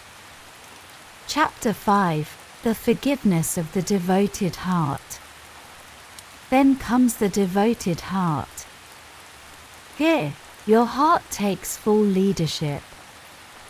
You begin living more from your inner world than the outer one. Life slows down. Decisions come from intuition, not overthinking. Forgiveness becomes easier, and you begin releasing the old stories, wounds, and patterns that once kept you small. You become a quiet force, radiating love, but needing less in return. Compassion grows. Humility softens the ego. You trust the unfolding of life, knowing your heart will guide you always. And with every breath, love becomes not something you give or receive, but something you are. Chapter 6: Broadcasting the Clear Heart. Finally, you arrive at the clear heart. In this final stage, the heart and mind are no longer separate. They are one. You feel deeply connected to all beings, to the earth, and to life itself. You are no longer driven by fear, ego, or comparison. The clear heart is about service, transparency, and joy. Life becomes a meditation, a moment-to-moment opportunity to love. Here, you begin to broadcast your heart's light, quietly, gently, into the world. Through your presence alone, you bring healing. Not through words or actions, but by simply being. And when you breathe in, you feel love. When you breathe out, you offer it. This is the hidden power of the 5 hearts. And it has always been within you. Final summary. The journey from the dark heart to the clear heart is not linear. Some days we drift back. Some days we leap ahead. But the path remains. Each stage, dark, propelled, steady, devoted, and clear, represents a step toward deeper coherence between the heart and the mind. Between who you think you are and who you truly are. By practicing heart coherence, you can reduce stress, increase intuition, deepen relationships, and find a peace that doesn't fade. Kimberly Snyder's message is simple: your heart is the key. And when you live from the heart, your life becomes aligned, radiant, and beautifully whole. Thank you for joining us tonight in the Midnight Library. If you've enjoyed this story, we'd love to hear where you're listening from and what book you'd like to hear next. Your feedback helps guide the stories we share. But for now, breathe in, breathe out. Let your heart guide you gently into sleep. Good night and sweet dreams.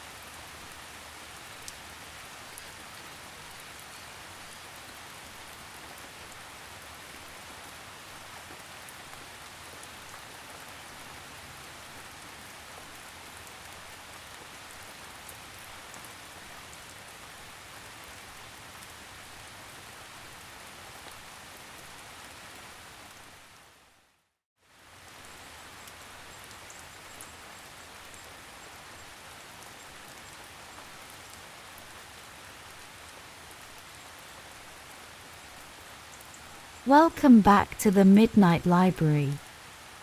This is the place where we transform the world's best books into soothing bedtime stories designed to help you sleep, while your subconscious mind absorbs timeless insights. We take classic and contemporary works from the worlds of psychology, business, personal development, spirituality, and history, and turn them into calming journeys that inform, inspire, and relax. Before we begin, take a moment to settle in. Lower your volume to a soft, gentle level. Let your eyes grow heavy, and allow the comfort of this moment to hold you. And if you enjoy these stories, please take a moment to like, comment, and subscribe. Let us know where in the world you're listening from. We love hearing how the Midnight Library brings so many dreamers together from all across the globe. And of course, if you have book suggestions for future episodes, we're always listening. Tonight's story is based on Shift, Managing Your Emotions So They Don't Manage You by Ethan Kross.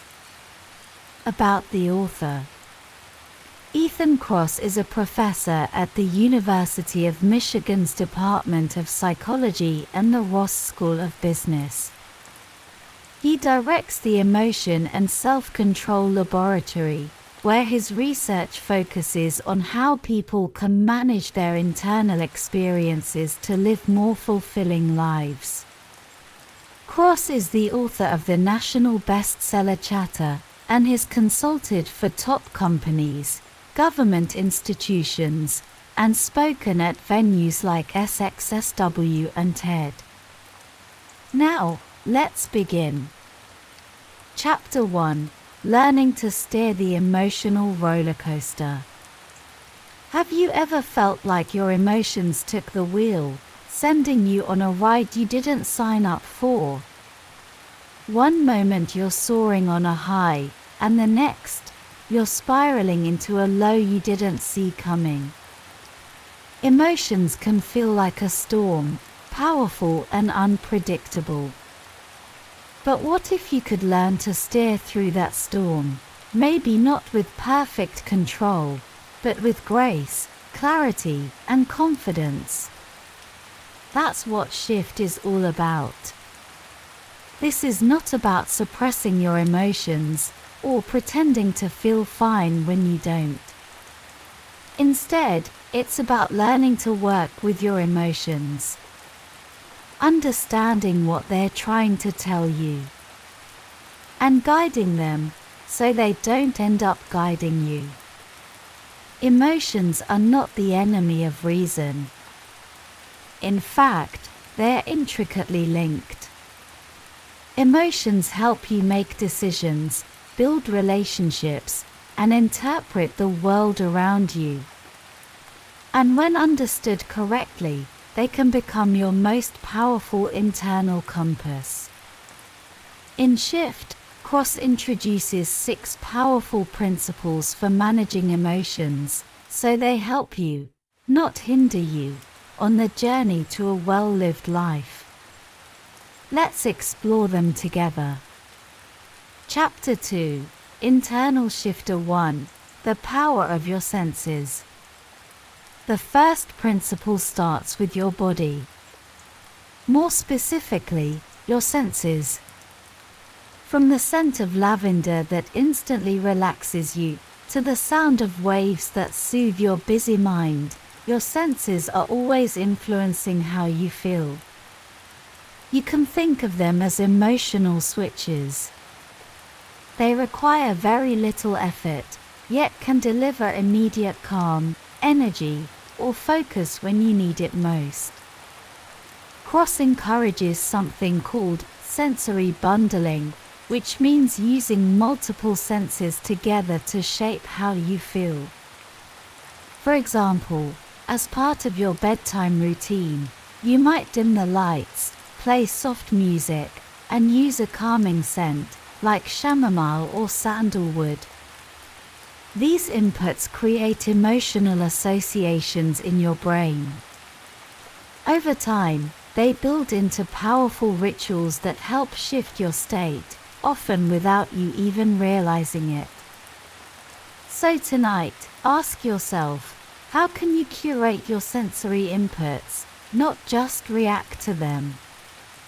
How can you use your body to help shape your emotional world? Chapter 3, Internal Shifter 2, Attention. Now, let's turn inward. Your attention, your focus, is like a spotlight. And wherever it lands, that becomes your emotional reality. Sometimes, it's helpful to focus on what's bothering you. To face the discomfort and learn from it.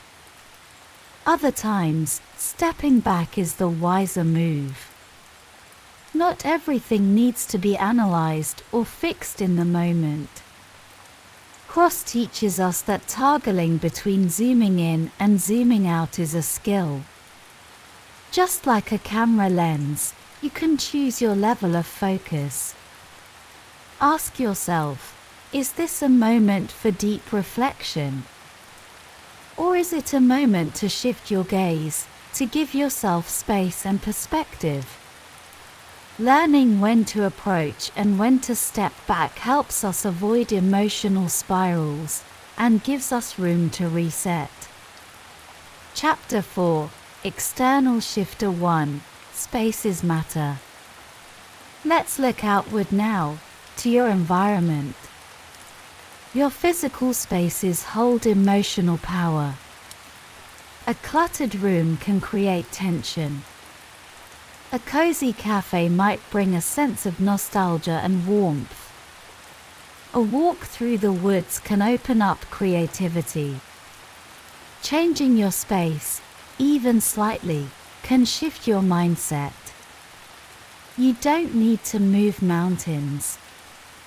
Sometimes, a tidy desk, a favorite chair, or a photo that makes you smile can do the trick. And when you need a bigger reset, try switching locations altogether. Go outside. Visit a calming space. Let your environment support the emotions you wish to feel. The spaces you inhabit are not neutral. They shape your experience of the world. And when you learn to shape them back, you become the designer of your emotional reality. Chapter 5, External Shifter 2, People and Emotional Contagion. Now, let's talk about people. Moods are contagious. One person's tension can ripple through a room. But so can joy, compassion, calm. The people you surround yourself with influence your emotional life more than you might realize. Social comparison also plays a role. Sometimes it can inspire you, other times, it can leave you feeling less than. Cross encourages awareness. Notice how others affect your emotions. Protect your peace when needed. Seek out those who lift you up, not just those who look good on paper. We can't always control who's around us, but we can control how we respond. And we can choose to invest in relationships that nourish, not drain, our emotional energy. Chapter 6, WOP, Your Emotional Action Plan. So how do we put all of this into action? Cross introduces a powerful framework called WOP. Wish, outcome, obstacle, plan. First, identify a heartfelt goal, like becoming more patient, or showing up fully for your loved ones. Then, imagine the outcome. What would life feel like if this became true? Next, identify the obstacle that usually gets in the way, maybe stress, time, or habit. And finally, make a plan. If I feel stressed and tempted to snap, I'll take a breath and remind myself of what matters. That's WOP. It's a way of translating emotions into decisions, and decisions into actions. It's simple, practical, and deeply effective. Conclusion. Here's what we've learned tonight. You have far more influence over your emotions than you think. By using tools like sensory awareness, mindful attention, curated environments, supportive people, and structured planning, you can learn to navigate even the toughest emotional terrain. This isn't about pretending everything is perfect. It's about gaining the ability to shift, to meet your emotions with understanding, not fear. Your emotional life is not a storm to be survived, but a landscape to be explored. And with the right tools, you can become not just a passenger, but a wise and steady guide. So now, as you drift into rest, let that truth settle deep within. You are not at the mercy of your emotions. You are learning to shift, gently, wisely, and with grace. Breathe deeply. Let go of the day. And remember, you are safe. You are capable. And you are enough. Good night and sweet dreams.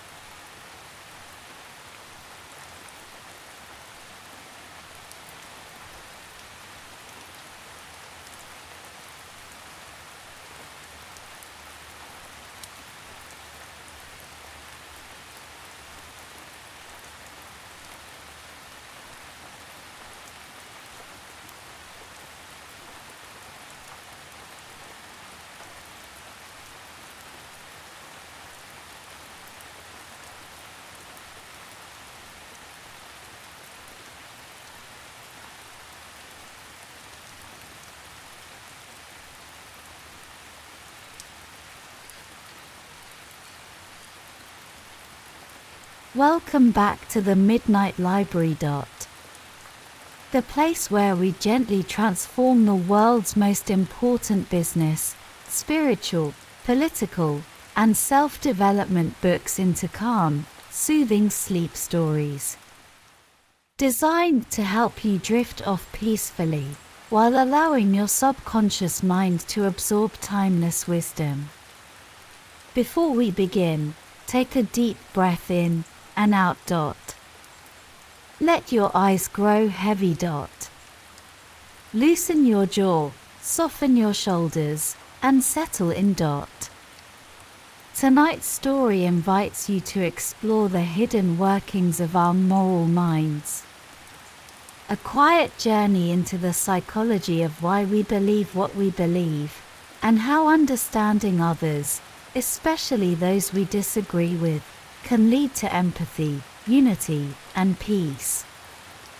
This sleep story is based on The Righteous Mind, Why Good People Are Divided by Politics and Religion, written by Jonathan Haidt, a renowned social psychologist. Haidt has spent decades studying the intersection of emotion, morality, and culture.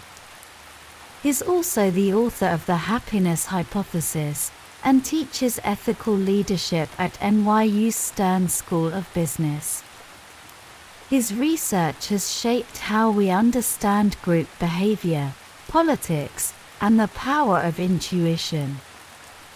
As always, we'd love to hear where in the world you're listening from. Your comments help bring our Midnight Library community together.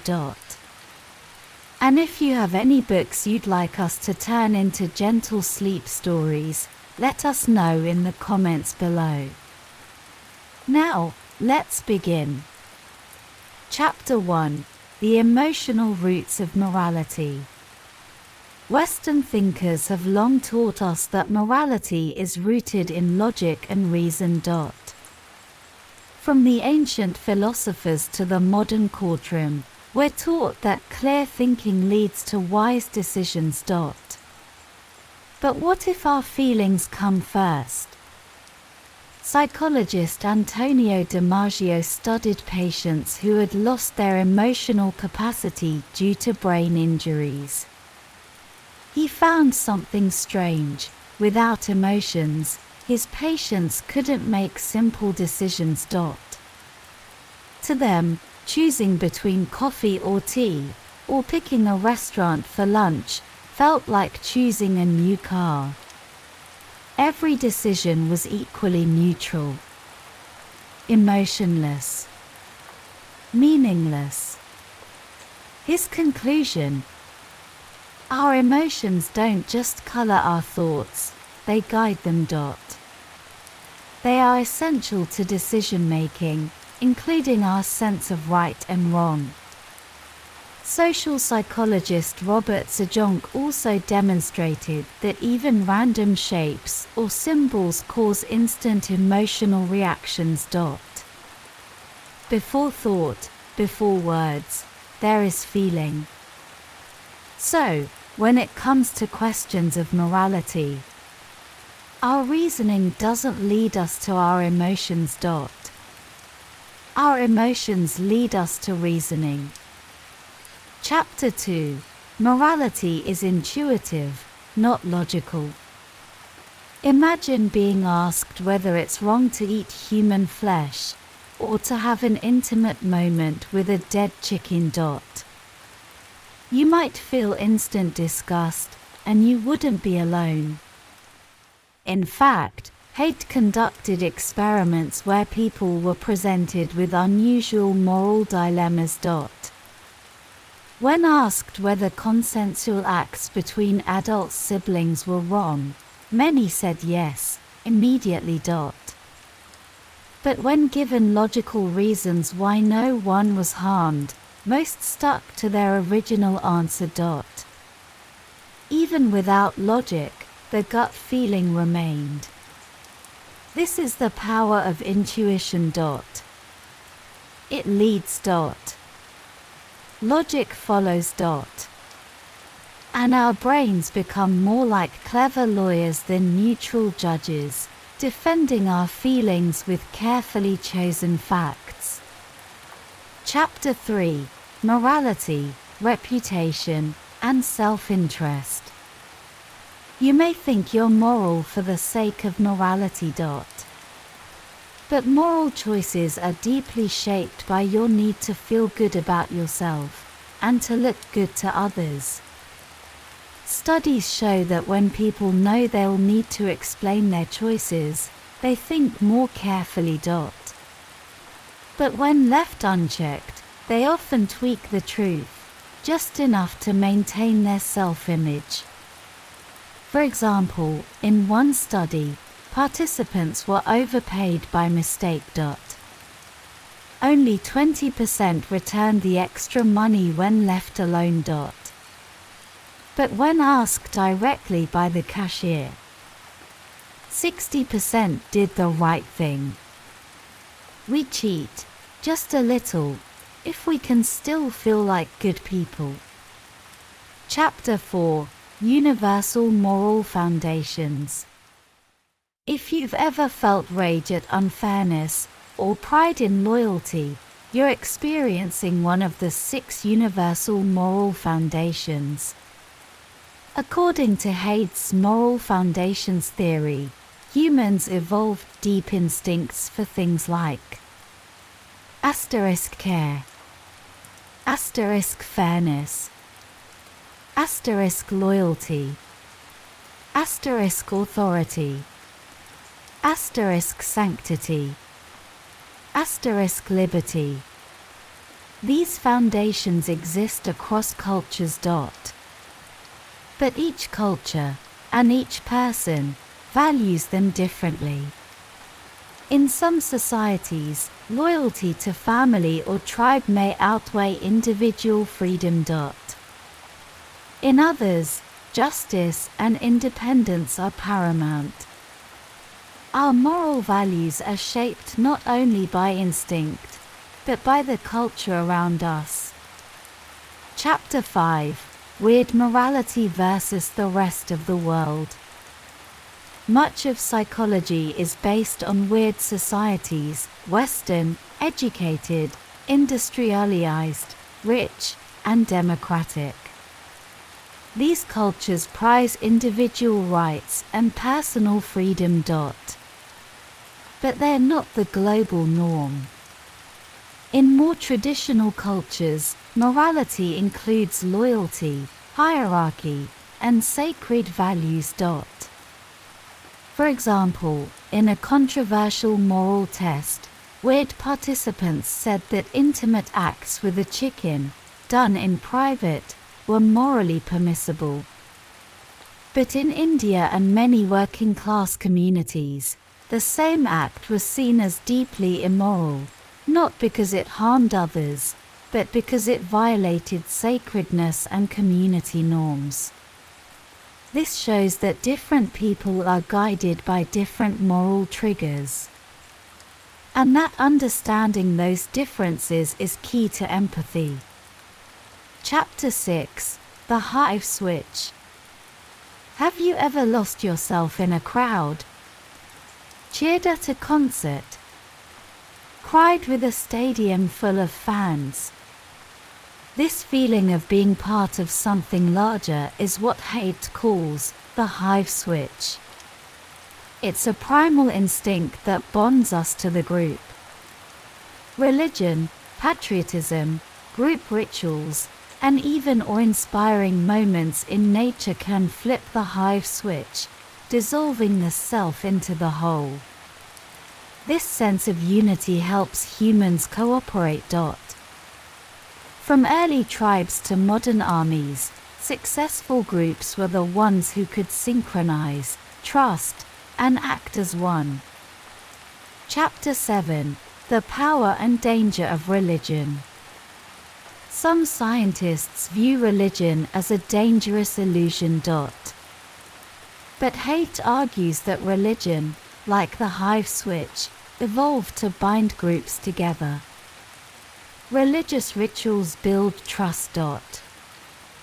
Sacred texts teach shared values.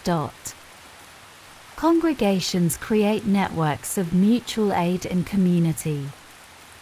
In fact, religious communes in 19th century America lasted longer than secular ones. Why? Because they had rituals, structure, and moral glue. While religion can divide us, it can also create profound generosity. Studies show that religious people give more to both religious and secular charities. It's a double-edged sword, but one worth understanding. Chapter 8: Politics and Moral Triggers. Why do working-class voters often support conservative policies that don't benefit them economically? The answer lies in moral taste buds. Liberals emphasize care, fairness, and liberty. But conservatives appeal to all six foundations, adding loyalty, authority, and sanctity. That broader appeal resonates deeply with many voters. For example, a liberal might argue for individual rights. But a conservative might defend family values, tradition, and spiritual purity. Both are valid perspectives. But they speak different moral languages. Chapter 9: Finding Common Ground. Political polarization is growing. And with it, our ability to truly understand one another is shrinking. But what if we stopped trying to win arguments and started trying to understand? Each side of the political spectrum has strengths. Liberals are skilled at identifying suffering and fighting injustice. Conservatives protect institutions, preserve order, and honor tradition. Together, they form a complete moral system. Alone, each is incomplete. We need both. Not as enemies, but as partners in the shared project of democracy. Final thoughts: intuition, empathy, and connection.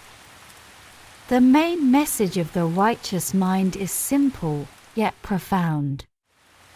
Moral judgments arise from intuition, not logic. And to change minds, or understand others, we must begin with empathy.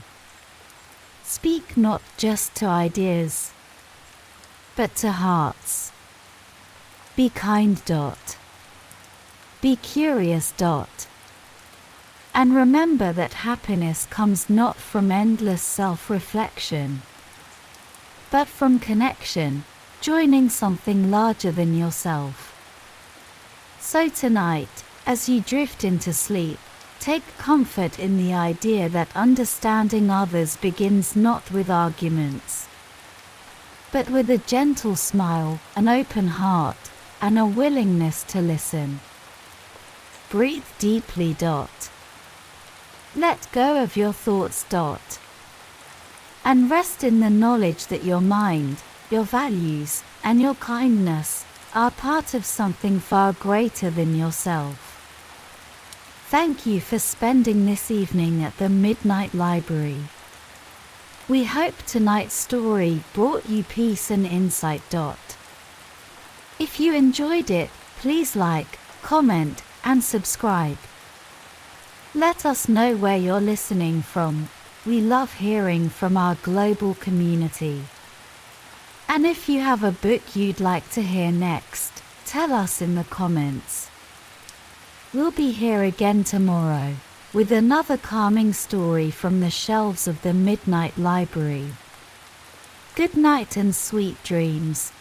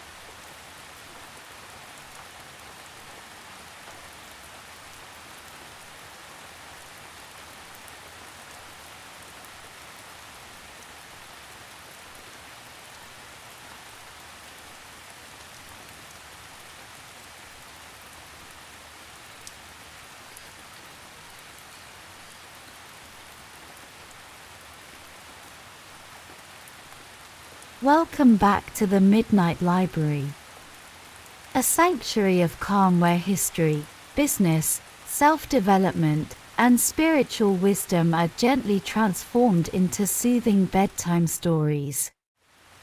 Each evening, we open a new book and a new door into a story designed not just to inform, but to relax your mind, calm your body, and speak quietly to your subconscious.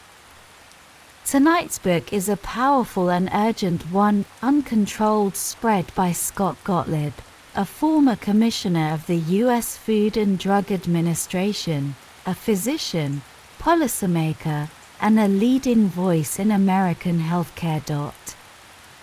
A respected contributor to CNBC and a board member at Pfizer, Gottlieb has spent decades at the intersection of medicine, science, and public health strategy. In 2021, he was recognized by Time magazine as one of the 50 people transforming healthcare. In Uncontrolled Spread, Gottlieb unpacks the full story of why COVID-19 overwhelmed the United States and how we can be better prepared next time. Before we begin, take a deep breath. Settle in. Adjust your volume low and allow the Midnight Library to guide you gently into rest, learning, and reflection. We publish new stories each week, and if you enjoy tonight's journey, please like, subscribe, and comment below. Let us know where in the world you're listening from. It's always wonderful to see how far the Midnight Library travels. And if you have a request for a book you'd like to hear, we'd love to know. Now, let's begin. Chapter 1. A Warning Unheard. It began with whispers. Not of alarm, but of uncertainty.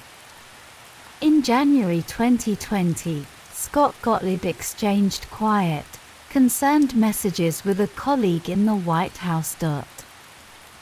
They were worried. A strange new virus had emerged in China, mysterious, swift, and silent.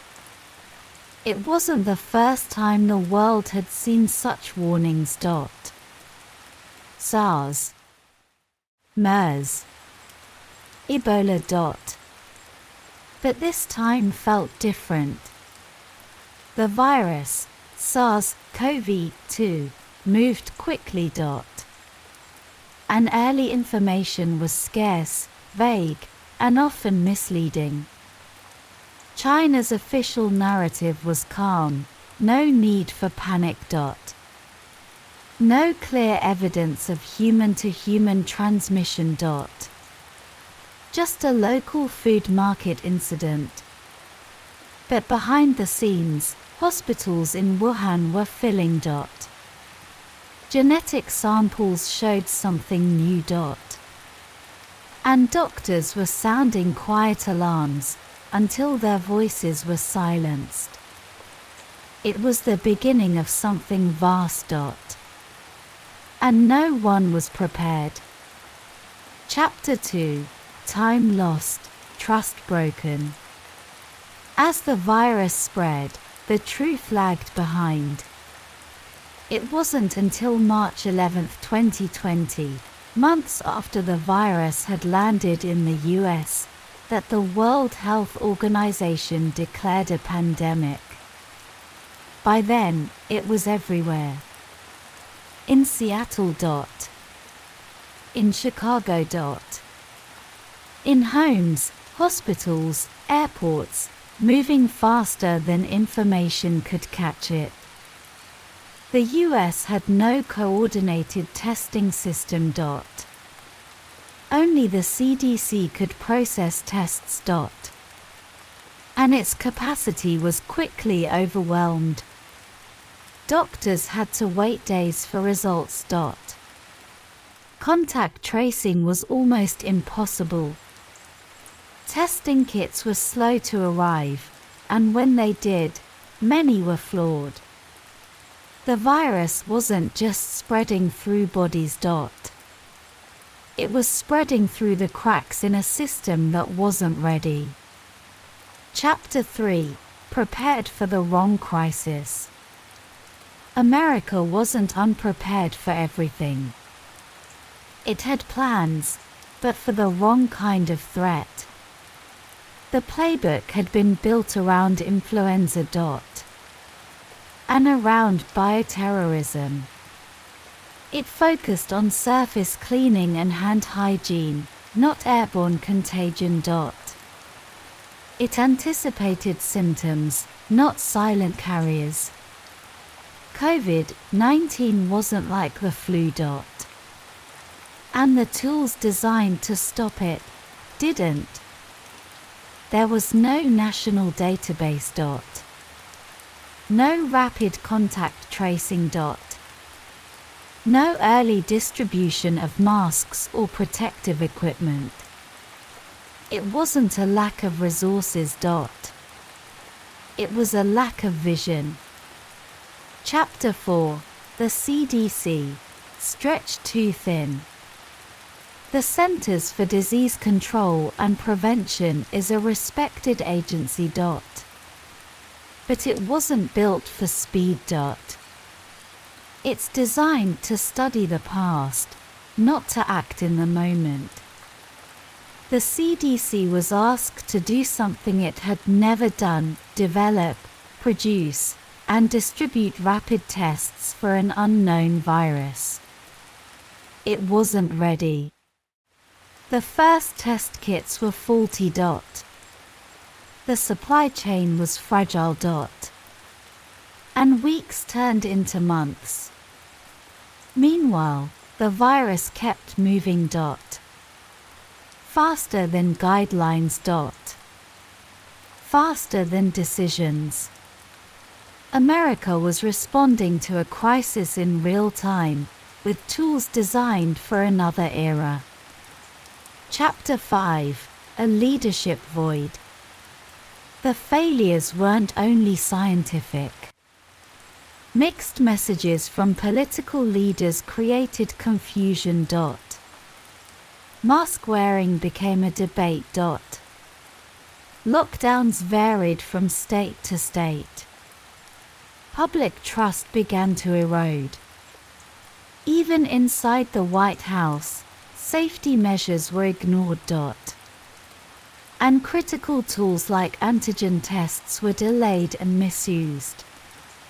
It was a leadership vacuum. At the very moment leadership mattered most.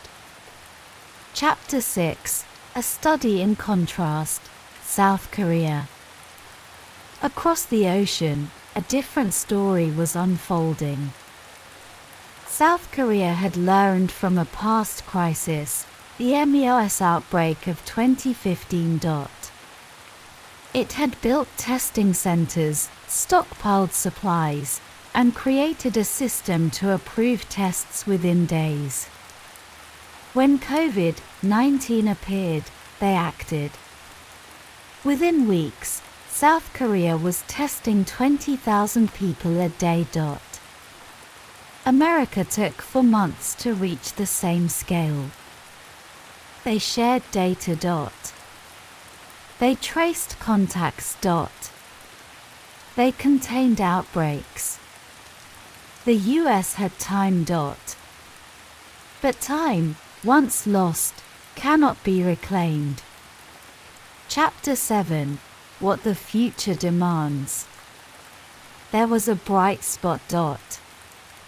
Vaccines, especially the mRNA platforms, worked. Science met the moment. Moderna and Pfizer developed solutions at record speed. But science alone can't save us next time. Public health must be treated as a national security priority. America needs a permanent agency, one with the authority, funding, and agility to act. Not after the crisis starts, but before it begins. It must be able to test, trace, and communicate transparently. It must learn from the past and plan for what's next. Because there will be a next. Final summary. Uncontrolled spread is not just a post-mortem. It is a warning. And a blueprint. America was caught unprepared. Not because the danger was invisible, but because we didn't look closely enough. Didn't act quickly enough. Didn't lead with clarity. The next threat may be different. But the lesson remains the same. Preparation is power. Coordination is survival. And trust, in institutions, in science, in one another, is everything. If you enjoyed this story, please like, comment, and subscribe. Let us know where you're listening from. It's always beautiful to see how the Midnight Library connects people from around the world. And if there's a book you'd love to hear adapted, we'd love to hear your request. We upload new stories regularly, transforming history, business, and wisdom into gentle journeys for the soul. Until next time, rest well. And may your dreams carry you forward in peace and clarity. Good night and sweet dreams.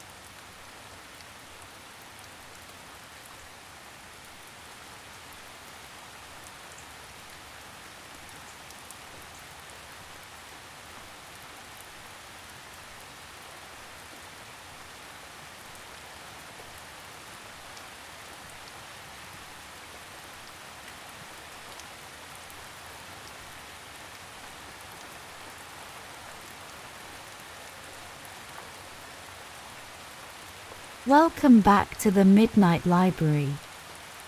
Before we begin tonight's story, take a moment to get comfortable. Turn your volume down low, just a whisper of sound. Just enough to guide you gently into rest, and maybe a little learning too. Because the Midnight Library is not like any ordinary library. This is a special place, a quiet, dreamlike corner of the world, where we take some of the most powerful books ever written, from the worlds of business, spirituality, self-development, and even politics, and transform them into calming, soothing sleep stories. Stories that not only help you relax, but speak softly to your subconscious, planting seeds of insight, confidence, and clarity while you drift away. So whether you're here to rest, to recharge, or to grow, you're in the right place. And we'd love to know where you're listening from. It's always so inspiring to hear how this quiet little library brings people together. From London to Lagos, New York to New Delhi. So feel free to drop a comment or message with your location. And if there's a book you'd love to hear featured in a future sleep story, don't be shy, let us know. Your requests help shape this journey. Now, with that said, let's gently open the pages of tonight's book. This story is inspired by the book The Power of Self-Confidence by Brian Tracy, a man who has dedicated his life to understanding what makes people successful and will explore one of the most quietly powerful forces you possess: self-confidence. Tracy wasn't born into wealth or confidence. In fact, he started with very little, a high school dropout working manual jobs. But through study, discipline, and relentless action, he transformed his life. He became a respected speaker, best-selling author, an advisor to leaders across the world. His books, like Eat That Frog and No Excuses, have helped millions focus, believe in themselves, and succeed. And the power of self-confidence is a quiet reminder that everything starts inside. It's about learning to believe in your ability to grow, to handle what comes, and to become the person you've always known you could be. So now, let's begin. Chapter 1: The Seed of Confidence. Confidence doesn't begin with success. It begins with belief. According to Brian Tracy, your thoughts are the blueprint of your life. What you think about most, especially what you believe about yourself, becomes the foundation of your reality. This is the law of concentration. What you focus on grows. Imagine your thoughts like tiny seeds. Each time you tell yourself, "I can do this," that seed takes root. And every time you repeat it, the roots grow deeper. You may not feel confident yet. That's okay. But you can act with confidence, speak a little clearer, stand a little taller, and the feeling often follows. This is called the law of reversibility. Action creates emotion. And then, there's integrity, living by your own values, even when it's hard. The more your actions match who you want to be, the stronger your self-belief becomes. So tonight, as you rest, plant those seeds. I am worthy. I am strong. I am capable. Let them settle into the quiet soil of your mind. Chapter 2: Goals Create Direction. Think of happiness, Tracy says, not as a destination, but as a side effect, a byproduct of meaningful progress. That's the law of indirect effort. Confidence doesn't come from chasing it directly. It grows as you do hard things, as you reach toward meaningful goals. One small goal, written clearly, spoken daily, can change your life. And the more specific your goals, the more your mind focuses on helping you achieve them. Vague dreams bring vague results. Clear goals create clear momentum. So write them down. I am healthy and full of energy. I earn a living doing what I love. I am becoming more confident every day. Speak them in the present tense. Your subconscious mind will begin to believe them. And when you believe, you act. What's one goal that, if achieved, would transform everything? Hold it gently now in your thoughts as you drift off, and know, you're already on the path. Chapter 3: Mastery builds confidence. You don't need to be perfect. But if you aim to improve just 1% every day, the results over time will be extraordinary. Confidence grows from competence. The more you master a skill, the more confident you feel in using it.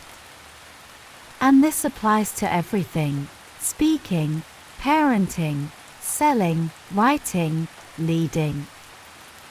Find your strengths. What do you enjoy? What comes naturally? Lean into that, and then stretch. Practice. Study. Fail. Learn. Improve. Grandma Moses began painting at 78. She became world famous. Not because she had decades of training, but because she believed it wasn't too late to try. What if your next chapter is just beginning? Chapter 4: Belief is a self-fulfilling prophecy. There's a story of a man saved not by money, but by belief. A stranger gave him a signed check for $500,000, but the man never cashed it.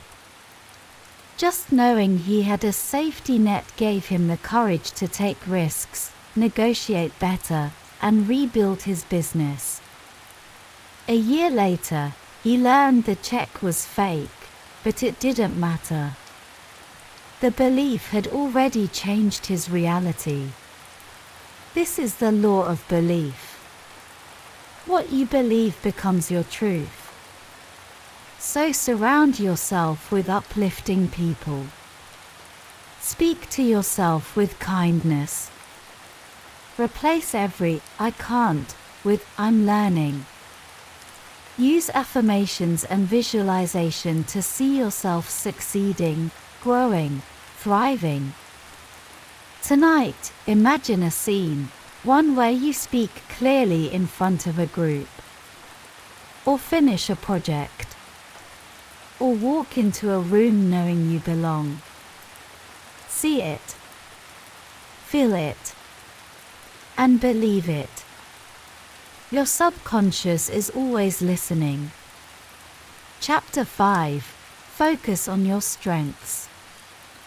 The path to confidence isn't paved with fixing flaws, but by building on what's already strong. What do you love doing? Where do you feel most alive? According to Brian Tracy, lasting success comes when you lean into your natural talents and let them grow. Focus there. Build there. Let your weaknesses fall away like old leaves. Take inventory. Write down what you're good at. Think of times when you felt in flow. Look at patterns. That's where your power lies. Confidence doesn't mean doing everything. It means knowing what you do best and doing it well. Chapter 6: Adversity is your teacher. Every successful person has a secret: they've failed. A lot. Confidence isn't about avoiding mistakes. It's about growing stronger because of them. Thomas Edison failed thousands of times before inventing the light bulb.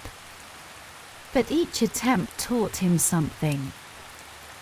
Failure wasn't the opposite of success, it was the path. So plan for setbacks. See them as part of the journey. Each time you fall and get up, your confidence grows. Adversity is a forge. It shapes you. It strengthens you. It teaches resilience. Tonight, let go of the fear of failure. Trust that every stumble leads forward. You're not behind. You're in progress. Chapter 7: Action Creates Certainty. Here is the heart of Trace's message. Confidence is not something you wait for. It's something you do. Action is the answer. Action dissolves fear. Action builds momentum. Start where you are. Identify the one thing holding you back, then face it. One step. One call. One message. One decision. Then another. And another. This is the difference between positive thinking and positive knowing. Knowing that, no matter what happens, you can handle it. Because you've done it before. And you'll do it again. Repeat the rhythm daily: desire, decision, determination, and discipline. For quiet forces that, together, build an unstoppable you. And remember, no one else will do it for you. But you are more than ready. Closing reflections from the Midnight Library. And now, as you rest here, in this quiet space, know this. You don't need to be perfect. You don't need to have it all figured out. But you do need to begin. Begin by believing. Begin by deciding. Begin by acting. Because every time you choose courage over fear, every time you choose progress over perfection, you strengthen your confidence. Bit by bit, breath by breath, you are becoming the person you were meant to be. So rest now, with that quiet knowing that inner power is rising. And your next chapter will be written with strength, grace, and belief. Good night, and sweet dreams.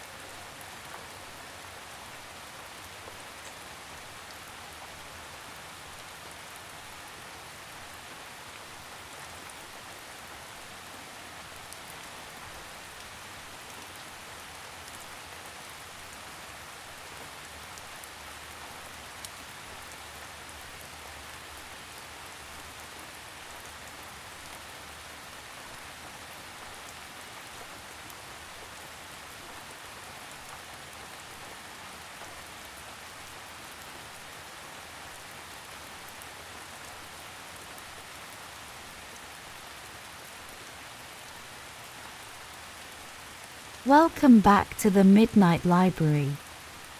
Before we begin tonight's story, take a moment to lower your volume until it's just a soft whisper, gentle enough to carry you peacefully into sleep, but clear enough that your mind can drift alongside us.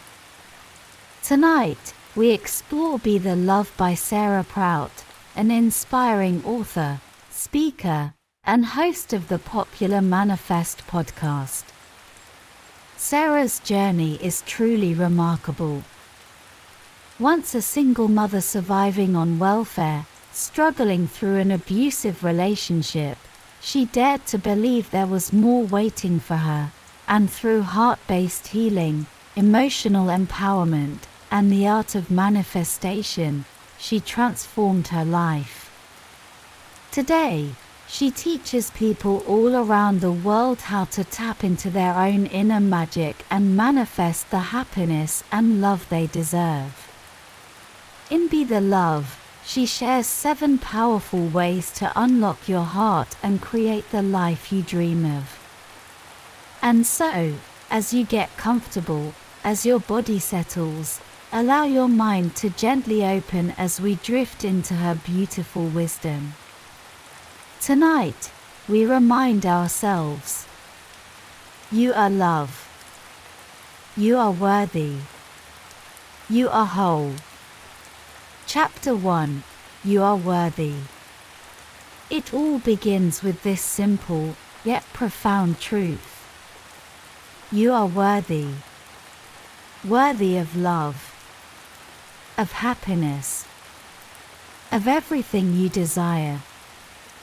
Sarah shares her own journey, from being stuck in a painful marriage to becoming a single mother, struggling to feed her children. There were days when dinner was nothing more than pasta and ketchup. And yet, something deep within her, a whisper of her soul, kept repeating, "I am worthy." Affirmations became her anchor.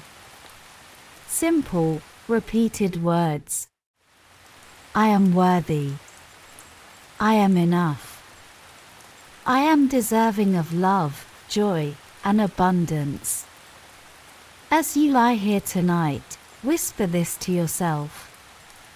I am worthy. Say it as if you believe it. Because it's true. Not because of what you've done, but because of who you are. Sarah reminds us that so many of us carry silent wounds, shame, self-doubt, feelings of being undeserving. But every time you choose to repeat an affirmation, every time you choose compassion over judgment, you are rewriting those stories. It's not easy. It takes practice. But it's worth it. Because you are worthy of love. Chapter 2, You Are Intuitive. The second truth Sarah shares is this. You are intuitive. That inner voice, your gut feeling, it's there. Always whispering, guiding you toward what is meant for you. In our busy, noisy world, we often forget how to hear it. Social media, endless scrolling, comparison, it clouds our connection. Sarah invites us to turn down the noise, to walk outside, to breathe the air, and reconnect with the natural world. The trees don't ask if they're enough. The stars don't compare themselves. And you don't need to either. Sit with your journal. Write down the little nudges, the hunches. Over time, you'll see, your intuition knows the way. Trust it. Trust yourself. Chapter 3, You Are Ready. You are ready. Ready for love. Ready for joy. Ready for change. It's human nature to fear the unknown, to cling to the familiar, even when it hurts. We tell ourselves stories. I'm not ready. It's not the right time. What if I fail? Sarah knows this feeling well. She remembers trembling before stepping onto a stage for the first time. Her voice shaking. Her hands cold. She failed. And then she tried again. Because courage isn't the absence of fear, it's taking the step anyway. So tonight, ask yourself, what is waiting for you on the other side of your fear? What joy, what dream, what love? And remind yourself, I am ready. Chapter 4. You are whole. You are whole. We live in a world that profits from making us feel broken. Magazines, media, even the stories we tell ourselves. But you are not broken. You are whole. Life has its seasons, the joyful summers, the quiet winters, the sunny days and the storms. But none of it means you are less than whole. Sarah reminds us that it's okay to feel everything: grief, anger, joy, love. It's all part of the human experience. Don't run from the hard feelings. Sit with them. Breathe through them. They will pass. And as they pass, you'll see you were never broken. Only growing. Chapter 5. You have surrendered. There is a quiet power in surrender. We carry so much: regrets, fears, expectations, control. But what if, just for tonight, you set it all down? Sarah tells a story of the moment her body told her it was time to let go. A tightness in her chest, a weight of worry, all from trying to control what was never hers to hold. The doctor said simply, "Cry. Let it go." And so she did. And she healed. What are you carrying tonight that is too heavy? Breathe it out. Release it to the universe. Surrender isn't weakness, it is trust. Trust that the universe, life, love, they are all guiding you. Chapter 6. You are intentional. Your words are magic. Sarah reminds us that the ancient word abracadabra means I create as I speak. Every word you say, to yourself, to others, is a spell you cast into the universe. So choose carefully. Speak love. Speak abundance. Speak joy. Instead of saying, I don't want to be broke, say, I welcome abundance.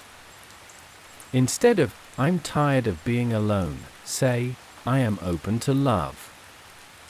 Feel the difference? Tonight, whisper your dreams into the air. Let the universe hear what you truly desire. Chapter 7. You are love.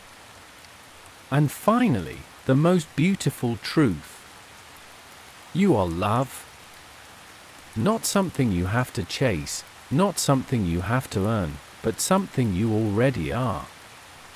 Sarah reminds us that love is the energy of the universe, flowing through us, connecting us, waiting for us to remember. And when you remember, when you feel that love within you, everything changes. Meditation, breath, even something as simple as placing your hand over your heart, these are ways to return to love. Sarah once visualized her dreams, seeing her art in stores, her name on bookshelves. And one by one, those dreams came true. Because when you be the love, when you live as though what you desire is already yours, magic happens.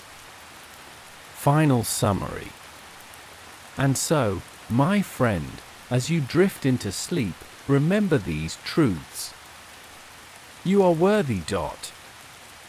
You are intuitive. You are ready. You are whole. You can surrender. You are intentional. And above all, you are love. The universe is listening. Everything you desire is already making its way toward you. Rest now. Trust. And dream sweetly. Good night, and sweet dreams.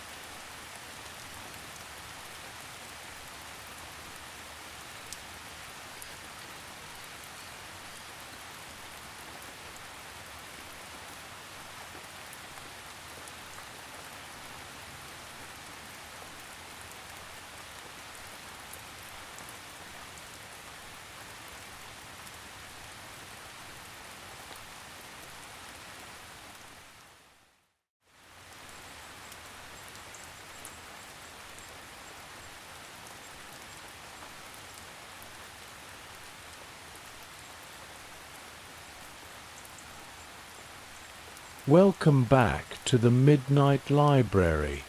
Before we begin tonight's story, I invite you to turn the volume down low, just soft enough that my voice is a gentle companion, fading into the background, guiding you toward a restful sleep. Tonight, we drift into the calming world of simple rules. Inspired by the insightful book Simple Rules, How to Thrive in a Complex World, written by Sull and Kathleen Eisenhardt. A little about the authors. To begin our journey, Sull is a professor, management thinker, and expert on strategy and execution in turbulent markets. He once taught at Harvard Business School and later at the London Business School, helping business leaders navigate complexity with clarity. His research has focused on how simplicity, when done right, leads to agility and success, even in fast-changing worlds. His co-author, Kathleen Eisenhardt, is a professor at Stanford School of Engineering, where she blends strategy, innovation, and simplicity, helping entrepreneurs and leaders thrive in chaos. She's an award-winning researcher, celebrated for turning complicated ideas into practical tools anyone can use. Together, they wrote Simple Rules to remind us that life, work, and even love don't have to be so hard. Beneath the noise, the endless choices, and the heavy instruction manuals, there's a simpler way. Tonight, we'll explore their ideas, weaving them gently into stories, reflections, and examples, designed to relax your mind and invite sleep. Our world is undeniably complex. Each day, we face choices, distractions, and tasks far beyond what our ancestors could have imagined. The internet offers unlimited information, but also endless confusion. Our calendars fill with meetings, reminders, and goals, until we forget why we set them in the first place. Even something as simple as choosing what to eat becomes a maze of nutrition labels, diet plans, and expert opinions. In times like these, we crave simplicity, and that's where simple rules come in, like quiet signposts guiding us through the fog. Not hundreds of rules, but just a handful. Easy to remember, easy to live by, freeing us to focus on what matters most. Imagine for a moment, you're a doctor in a military field hospital. A wave of injured soldiers arrives, all needing help, some urgently. There's no time for deep analysis, no space for consulting thick medical manuals. Instead, you turn to a simple rule, a triage principle known the world over. Check the vital signs, prioritize the patients whose lives you can still save, and move quickly. Simple, focused, life-saving. It's in moments like these that complexity fades and clarity shines. Simple rules are everywhere in nature. Take the Japanese honeybee, faced with a deadly hornet. One bee alone is no match, but together they follow a simple rule: swarm the hornet, vibrate their wings, and generate heat. Slowly, the hornet overheats, and the hive is saved. No meetings, no plans, just one rule, known by all.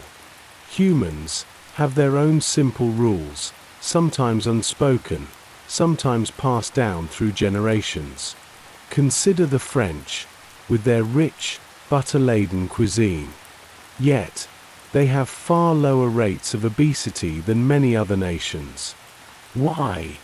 It turns out, they follow a quiet, powerful rule. Stop eating when you feel full. Not when the plate is empty or the dessert arrives, but when the body says, enough. Simple, natural, and so effective. The authors share how companies thrive, not by adding rules, but by stripping them away. Look at Zipcar, a car-sharing company built on trust, and just 6 rules. Refill the gas. Clean up after yourself. Return the car on time. Nothing more.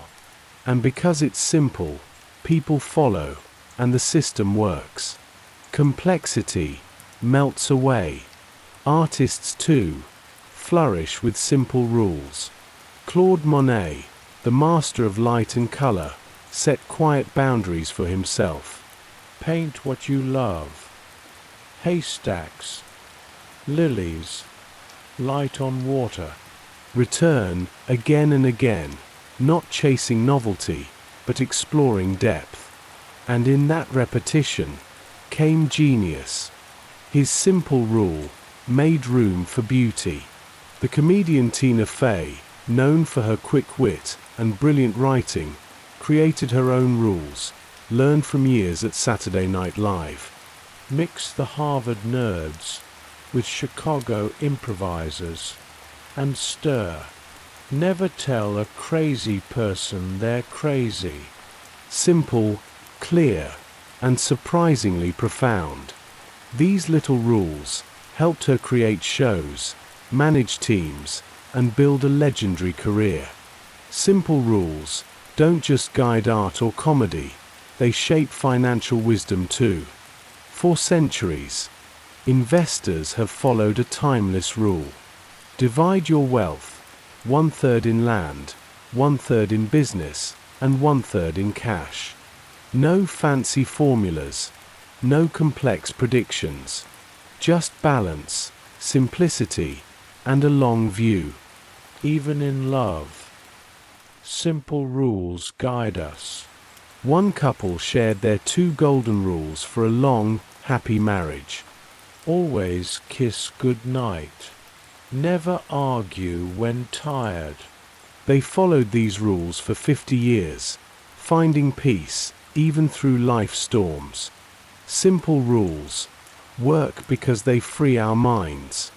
They reduce decision fatigue, the hidden drain we all feel when overwhelmed by choices.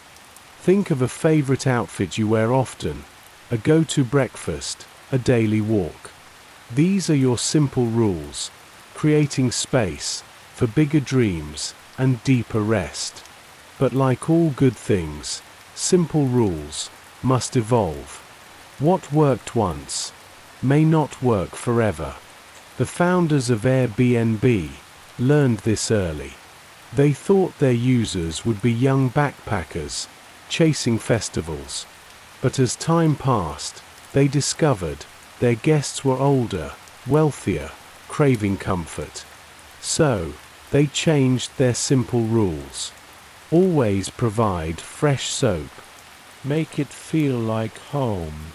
And with that, the company flourished. And so, tonight, as you rest, perhaps, you'll dream of your own simple rules. What gentle guidelines might ease your days and lighten your heart? Maybe it's no phones after dinner. Walk every morning. Speak kindly, always. They don't have to be perfect or rigid, just enough to guide you through this beautiful, complex world. And remember, simple rules are not a cage. They are wings, giving you just enough structure to soar, to explore, to create, to rest. So now, as you drift further into sleep, know that you don't need to remember everything. You only need a few simple rules. The rest will wait for morning. From all of us here at the Midnight Library, good night and sweet dreams.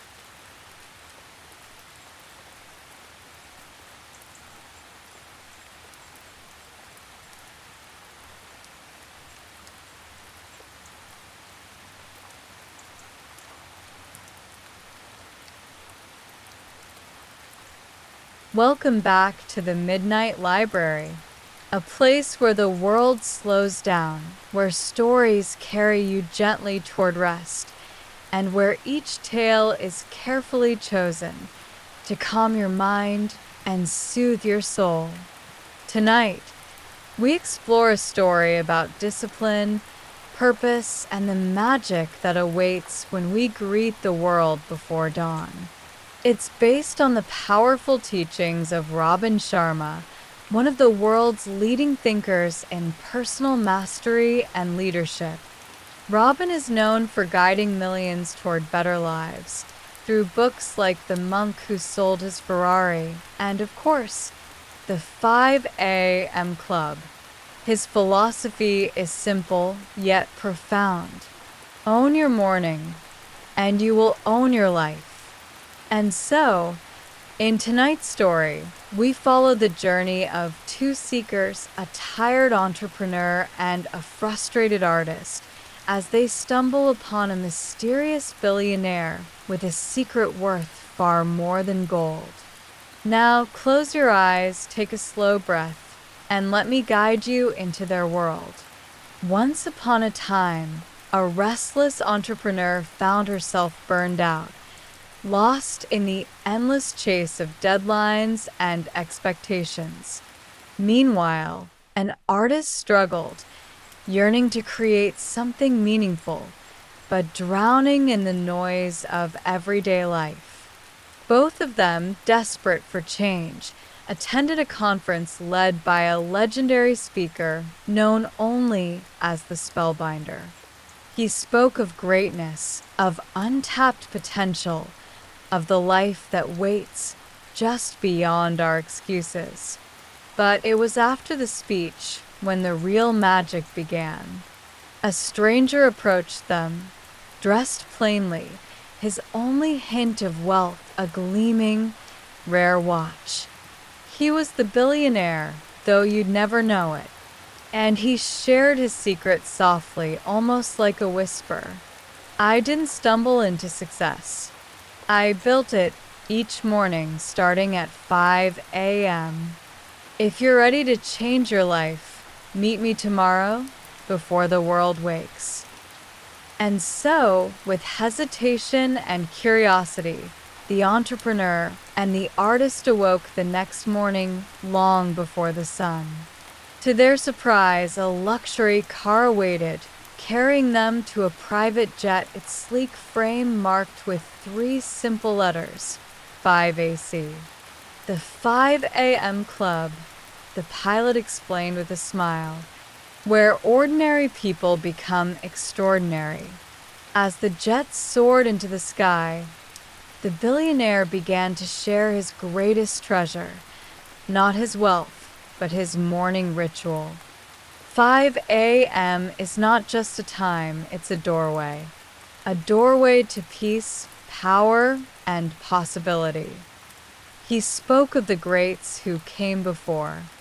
Mozart, composing symphonies before the sun rose. Benjamin Franklin, who asked himself each morning, "What good shall I do today?" John Grisham, writing his first novels 1 page at a time before dawn. The world's quietest hours are when your mind is sharpest, your soul is clearest, and your dreams loudest. He explained the science behind the practice. When we rise early, our prefrontal cortex, the part that doubts and worries, goes quiet. What's left is pure creativity, clarity, and flow. It is a gift so few accept. The billionaire called it the victory hour, and within it lay the powerful 20/20/20 formula. The first 20 minutes, move. He urged them sweat, stretch, breathe. Sweat is the prayer of the strong, he smiled. With movement comes the release of stress, the birth of energy, and the awakening of the mind. He told them of his own ritual, running along empty beaches, lifting weights as the sky turned from black to gold, listening only to the sound of his breath and the rising sun. Motion creates emotion, he said, and emotion drives greatness.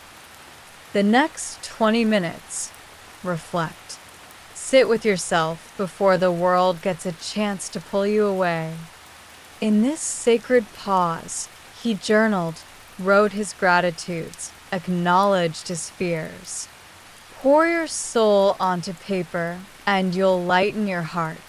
He spoke of ancient philosophers of Marcus Aurelius, who began each day writing his meditations, thoughts meant only for himself.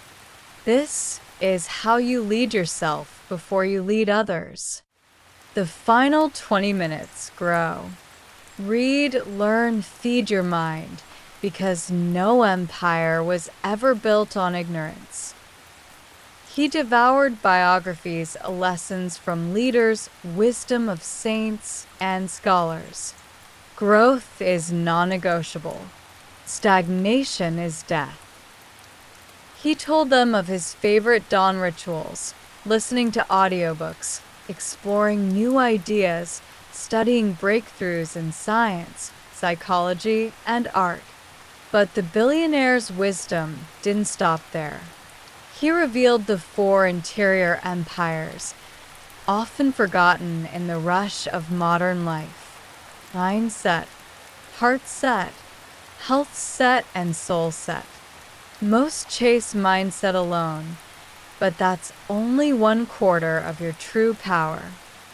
Mindset, training your mind to see opportunity, not obstacle.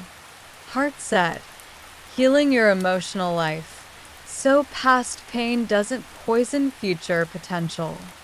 He shared how each morning he forgave both himself and others. The heart unburdened is the heart that flies. Health set, caring for the body as the vehicle of your dreams. Because what good is brilliance if you're too tired, too sick to share it? He trained hard, ate clean, and rested deeply, knowing that longevity was the ultimate edge. Soul set, connecting with something greater, the part of us that remembers who we truly are. Each morning, I speak to the sky, reminding myself, I am not my fears, I am my dreams. The artist, wide-eyed, felt a stirring in his chest. The entrepreneur, for the first time in years, felt hope. And just when they thought the lessons were complete, the billionaire shared one final truth. Elite performance, he said, is not just about how you work, but how you rest. He spoke of the twin cycles of performance: intense focus, followed by deep recovery. A farmer does not plant without resting the soil. So too must you rest, replenish, and renew. He shared his evening rituals, turning off screens by 8 p.m., sipping tea, reflecting on his wins, reading poetry, and sleeping like it was his superpower. As their journey came to a close, the sun rose over the ocean, painting the sky in hues of pink and gold. The billionaire smiled as the first light touched their faces. Remember this: the world belongs to those who rise while others sleep. Own your morning. Own your life. Protect your first hour, and the rest will follow. And so, dear listener, as you lay quietly now, feel the story settle into your heart. Imagine the quiet of a new dawn, the air still, the sky endless. See yourself rising while the world sleeps, moving, breathing, reflecting, growing. Because within those hours lies the power to shape your destiny. And now, as sleep takes you gently, remember the final words whispered from the Midnight Library. Good night and sweet dreams.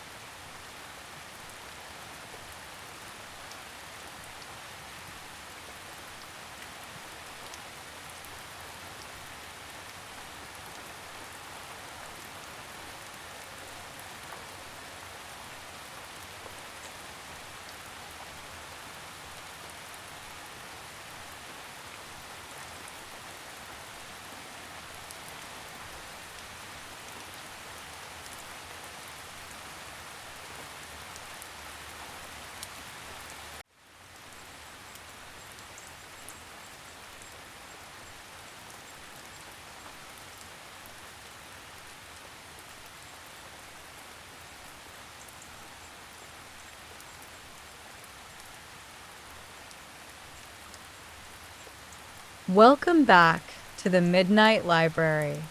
Tonight, we journey through the pages of 12 Rules for Life by Jordan B. Peterson, a timeless exploration of what it means to live meaningfully amidst life's inevitable chaos. As you settle into the softness of your pillow, let your breath slow, each inhale filling you with calm, each exhale releasing the worries of the day.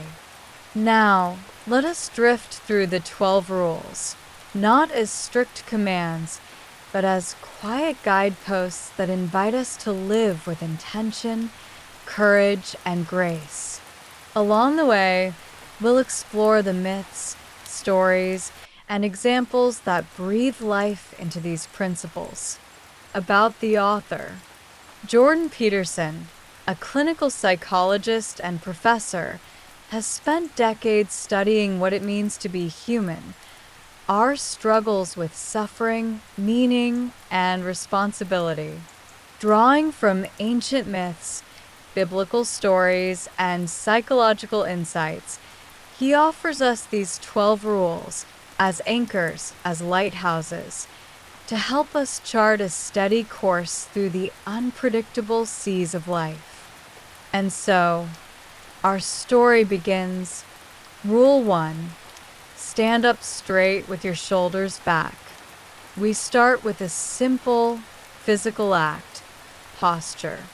In the animal kingdom, lobsters fight for dominance. Victors expand, their bodies tall, their movements fluid. Defeated lobsters shrink, chemically altered, curling inward with lowered eyes. Humans, too, react to the world based on how we carry ourselves. Drooping shoulders tell your mind you are small, that you should avoid risk. But a lifted head, a proud chest, this changes everything. In moments of difficulty, a job interview, a tough conversation, a new challenge, imagine yourself upright, grounded, unshaken. Just like the lobsters, your body will tell your mind, I can handle this. Rule 2. Treat yourself like someone you are responsible for helping. If your beloved pet was ill, you'd rush to the vet, fill the prescription, care tenderly for their recovery. Yet how often do we neglect our own well-being, skipping meals, dismissing sleep, ignoring the quiet voice asking for care? This rule is simple, but transformative. See yourself as someone worth caring for. Cook nourishing meals. Rest deeply. Offer yourself patience when you fall short. Remember, you are not less worthy than those you love. You deserve your own kindness. Rule 3. Make friends with people who want the best for you. Friendship shapes our lives. And yet, many drift through relationships with those who diminish rather than elevate. Peterson shares the story of a childhood friend, bright, full of potential, who fell in with the wrong crowd. Years later, bitterness and resentment had replaced his youthful dreams. We've all seen it. The colleague who resents ambition, the friend who scoffs at dreams, pulling us downward. But real friends, the good ones, celebrate your victories, challenge you when you falter, and walk beside you as you grow. Ask yourself tonight, who cheers for your success? And who prefers you small? Seek the former. Gently step away from the latter. Rule 4. Compare yourself to who you were yesterday, not to who someone else is today. In this age of endless comparison, where social media shows us the highlight reels of millions, it is easy to feel small. But the true measure of progress is personal. Who were you yesterday? Last year? 5 years ago? Maybe you've faced heartbreak but learned resilience. Perhaps you've battled anxiety but showed up anyway. Celebrate these wins. Growth is often invisible, quiet, steady, unfolding slowly like a sunrise. Remember the story of the mountain climber. The summit seems distant, but when they turn around, they see how far they've come. Do the same. See your own ascent. Rule 5. Do not let your children do anything that makes you dislike them. Parenting, the sacred task of guiding a young soul toward adulthood. It's tempting to avoid conflict, to let tantrums pass, to dismiss bad behavior as a phase. But children, wild and wonderful, crave boundaries. Imagine a child left to their own devices. No rules, no limits. They grow feral, lonely, unloved, not because no one cared, but because no one taught them how to live among others. Teach your children, gently, firmly, that kindness matters, that actions have consequences, and that they are capable of goodness. Raise them to be people you are proud of and that the world is grateful to know. Rule 6. Set your house in perfect order before you criticize the world. The world is filled with injustice, war, corruption, cruelty.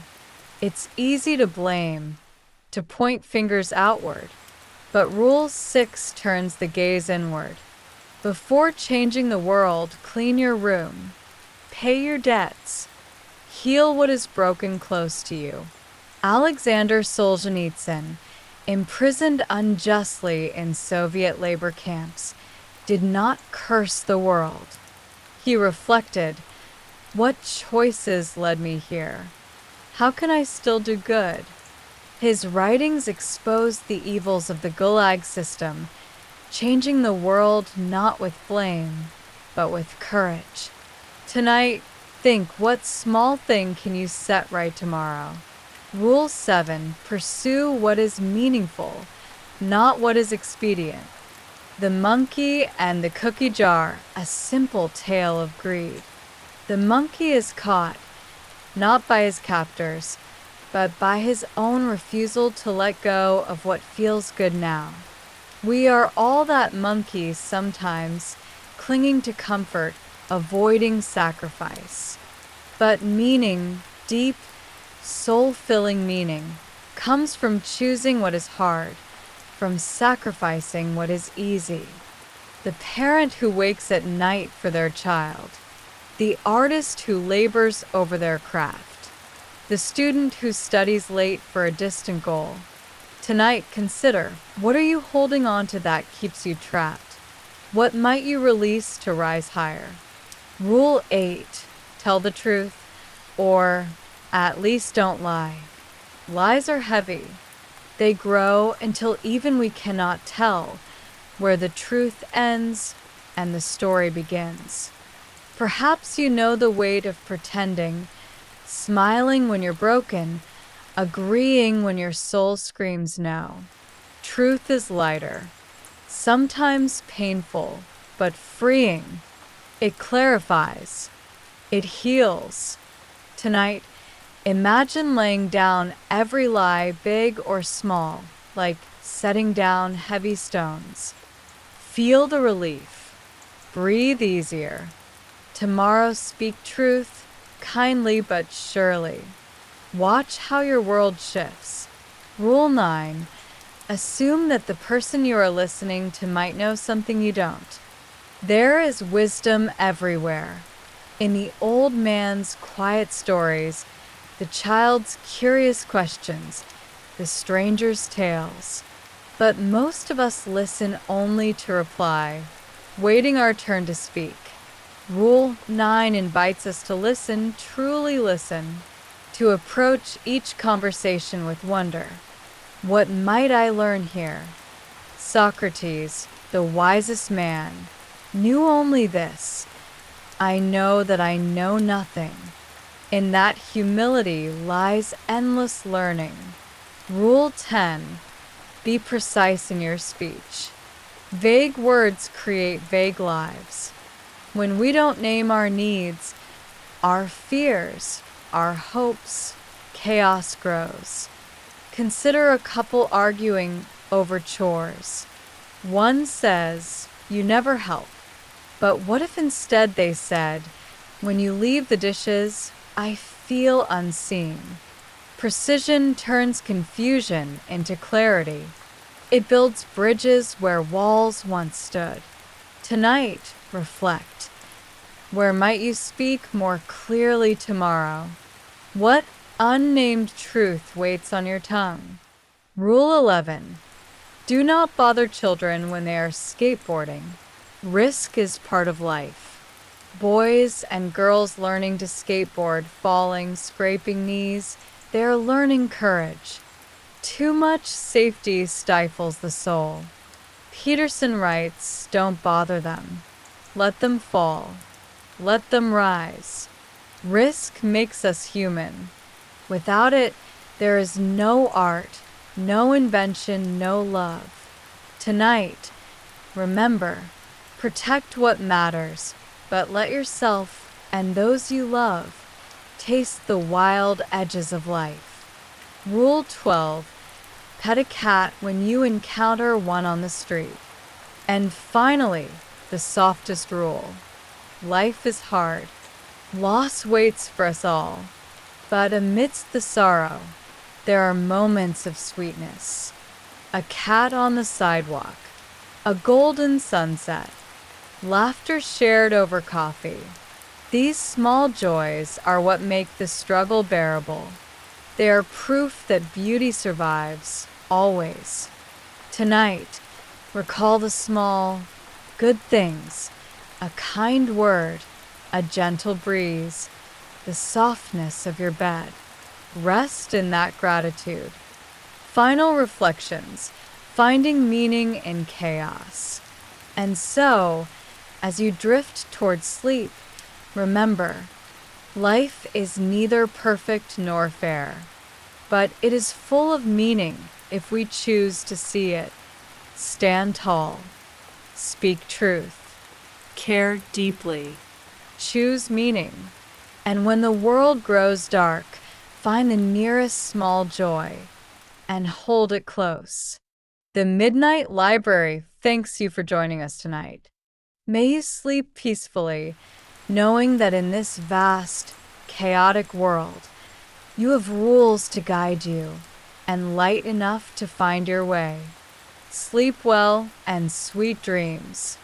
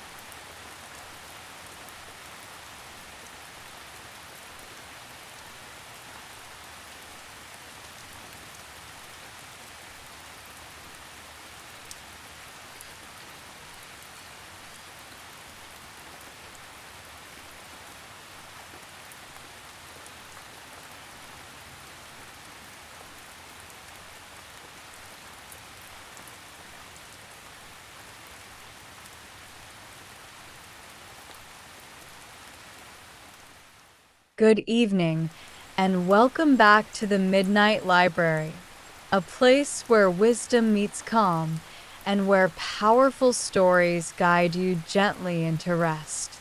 Tonight, we journey into a story of resilience, personal power, and self-reliance. Inspired by the book, The 7 Rules of Self-Reliance by Maha Bolinian, this is a story not of grand victories or lucky breaks, but of quiet persistence, subtle choices, and the remarkable strength that grows when you learn to rely on no one but yourself. As you settle into bed, feel your body grow heavy and relaxed.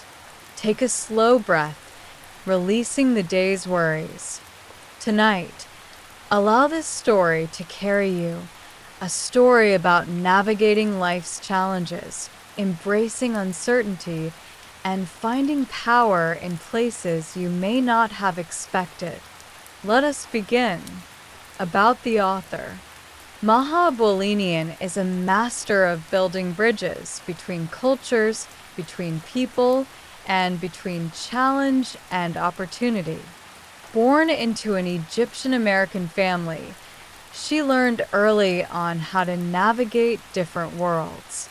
Throughout her career, Maha has stood at the intersection of global brands and cultural nuance, helping giants like Google and Netflix understand the Middle East. She has walked into rooms filled with uncertainty and come out with clarity. She's turned what seemed like small moments into powerful turning points. Through her story, Maha shows us that real influence, real power, comes not from waiting for opportunity, but from creating it. And tonight, you will hear how. The 7 Rules, an introduction to self-reliance. What is self-reliance?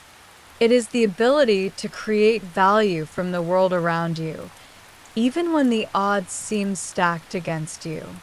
It is trusting your instincts when others hesitate. It is knowing that the best opportunities don't just arrive, they're made. Maha's 7 rules of self-reliance are not complicated. They are simple but profound. As you hear them tonight, imagine your own life, the moments where these rules may already live, waiting for you to notice. The 7 rules are: 1. Stay low, keep moving. 2. Be a value creator. 3. Don't be a waiter. 4. Unlearn, relearn, and invest in yourself. 5. Protect your reputation. It is your currency. 6. Be a long-term player. 7. Live with no regrets. Now, let's explore what each means slowly, gently, so that with each rule, you drift deeper into reflection and then into rest. Number 1, stay low, keep moving. Imagine young Maha, newly back in Egypt after years of education in America, being offered a small job as an office manager. Overqualified, overeducated. It felt beneath her, but her father gave her a different way to see it. The office was that of a billionaire businessman, a place where information flowed, decisions were made, and relationships were born. And Maha saw the opportunity. She stayed low, but she kept moving. She learned the business. Every hallway conversation became a lesson. Every small task, a way to prove her worth. And in time, she found herself not on the sidelines, but in the center of monumental deals, like a historic telecom acquisition that would reshape Africa. The lesson? Sometimes the grandest journeys begin in the smallest, humblest rooms. True self-reliance means being willing to start anywhere, knowing that forward is forward, no matter how small the step. Number 2, be a value creator. As you breathe deeply, think about this. In every situation, you have 2 choices. You can wait for someone to give you value, or you can create it yourself. Maha learned this working with Gary Vaynerchuk. Without being asked, she studied his business. She learned his needs. She mapped an entire plan for how he could break into the Middle East market. She didn't wait for permission. She created value, unprompted, unseen, and it paid off. Creating value doesn't require grand gestures. It starts with a mindset, waking up each day asking, how can I serve? Not out of desperation, but out of strength. Because those who create value become invaluable. Number 3, don't be a waiter. In life, many sit by, waiting for their turn, waiting for the right moment, the right person, the perfect opportunity. But Maha's rule is simple: don't wait. She proved this at the NFL's Super Bowl radio row. Others stuck to the script, interviewing athletes. Maha saw something more, an opportunity to create viral content, to build stories that would resonate far beyond the stadium. She moved first, acted fast, created magic. The truth is, those who wait often wait forever. But those who move, those who act, are the ones the world remembers. Number 4, unlearn, relearn, and invest in yourself. As the world shifts, so too must you. Maha learned this the hard way, in the heart of the Arab Spring. One of Google's marketing managers helped spark the revolution, unknowingly dragging the global company into chaos. The old rules of public relations of corporate silence no longer applied. Maha and her team had to unlearn what they knew and quickly learn new ways to lead, to connect, and to care. They trained journalists. They launched new products in Arabic. They proved that in the face of change, those who survive are not the strongest, but the most adaptable. Invest in yourself. Learn, unlearn, and learn again, because growth never ends. Number 5, your reputation is your currency. Reputation is quiet. It is built not when people watch, but when no one does. It is your currency, and you carry it everywhere. Maha guarded hers fiercely. She knew that each action, each word, each choice, added to or took from her invisible bank. The people you trust, the promises you keep, the kindness you show, they build something greater than money. They build a name. And in the end, your name will open doors that no resume can. Number 6, be a long-term player. The most powerful players in life are the ones who see beyond the now. They are patient, Strategic. willing to plant seeds they may never see bloom. Maha learned this caring for her parents, her father with ALS, her mother with multiple sclerosis. For over a decade, she managed teams of nurses, building a private medical system around them while building her business. She didn't choose between the two. She played the long game, balancing grief and ambition, knowing that what she built in those years would outlast any temporary reward.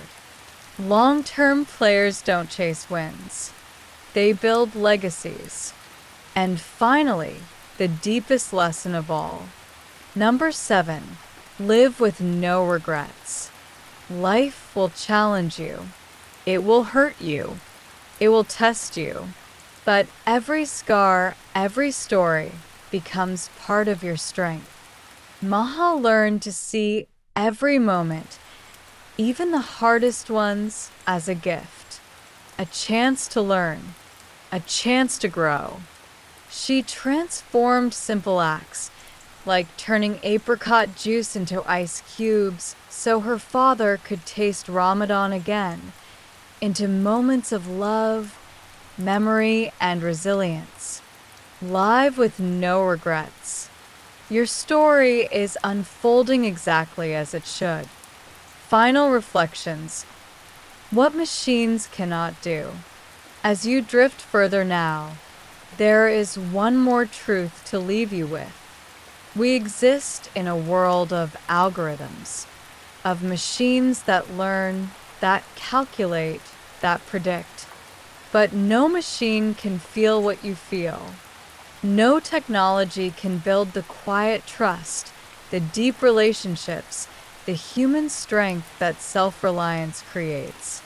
The future does not belong to the fastest or the smartest, but to those who know who they are, those who can create value, weather storms, and walk their own path, steady and unshaken.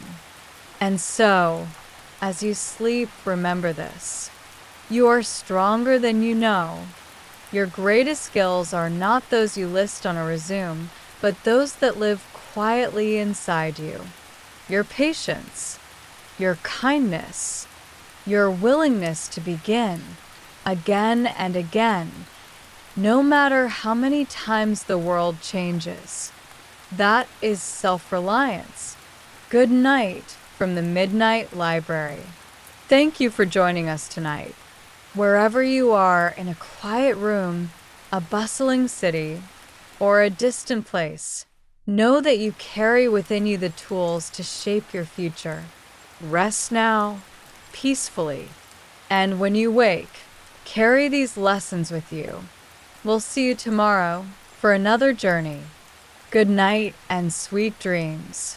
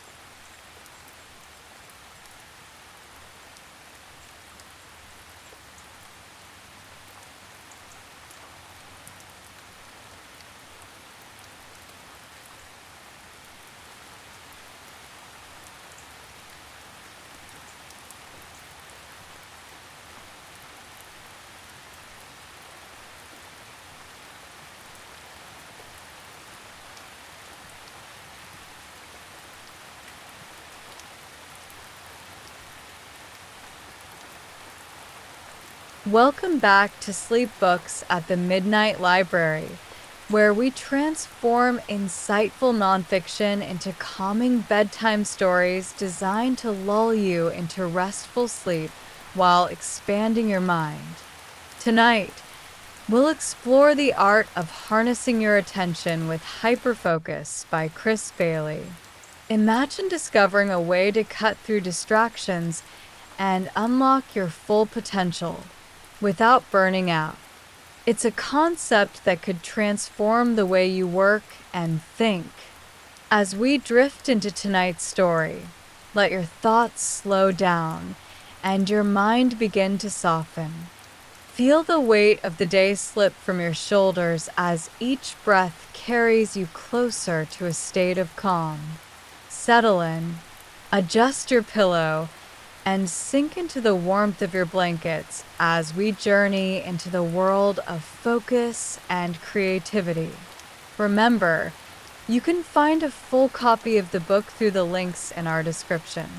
Don't forget to share where you're tuning in from.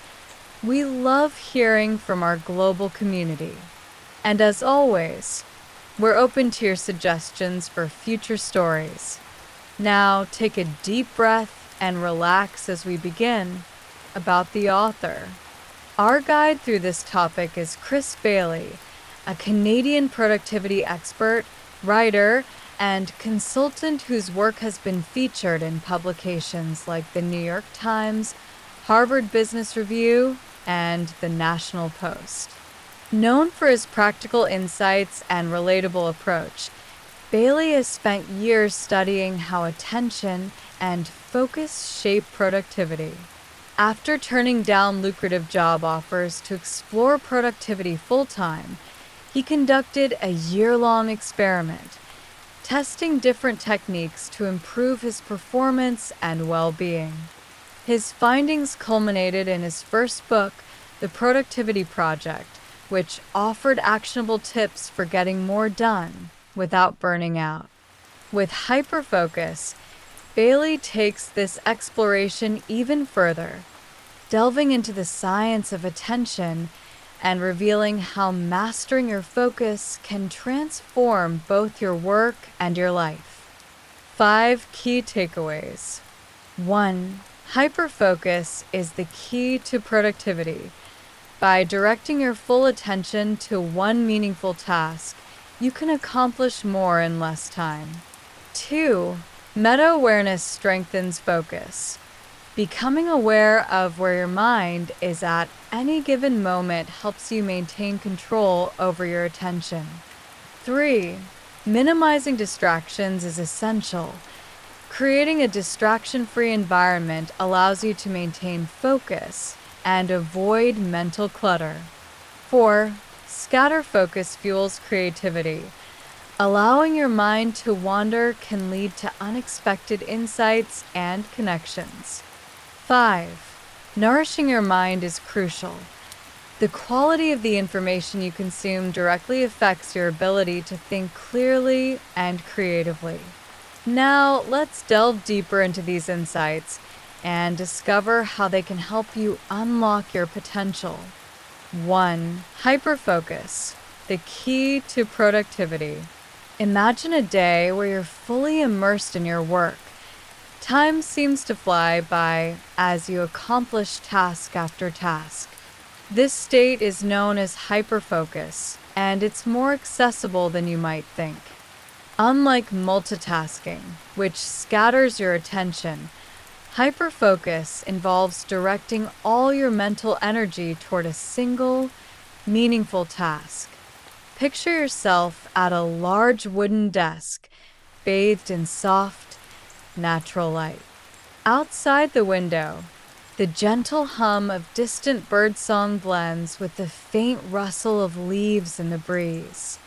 A steaming cup of coffee sits beside you, its rich aroma adding a sense of comfort and warmth to the moment. As you sit down to work, your mind becomes calm and clear.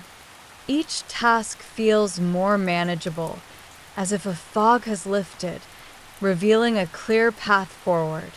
To enter this state, Begin by selecting one task that matters most. Remove any distractions from your environment. Silence your phone. Close unnecessary tabs and clear your workspace. As you work, your mind may wander, but gently guide it back to the task at hand.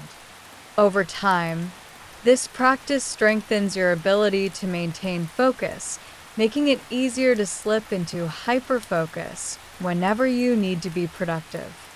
But hyperfocus isn't just about getting more done. It's about doing your best work. When you give your full attention to a task, you bring more creativity, insight, and precision to the process. Whether you're writing an article, designing a project, or solving a complex problem, the clarity that comes with hyperfocus allows you to see connections and solutions that might otherwise remain hidden. 2. Meta-awareness. Strengthening your focus. Picture your mind as a spotlight, illuminating whatever you direct it toward. Meta-awareness is the ability to notice where your spotlight is pointing and adjust it as needed. Often, our thoughts drift without us realizing it.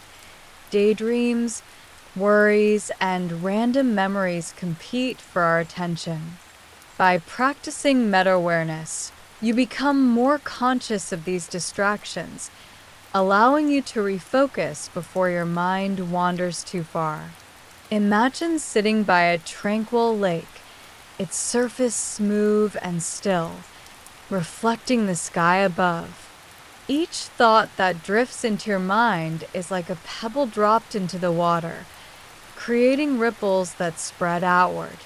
Meta-awareness allows you to notice these ripples without becoming lost in them.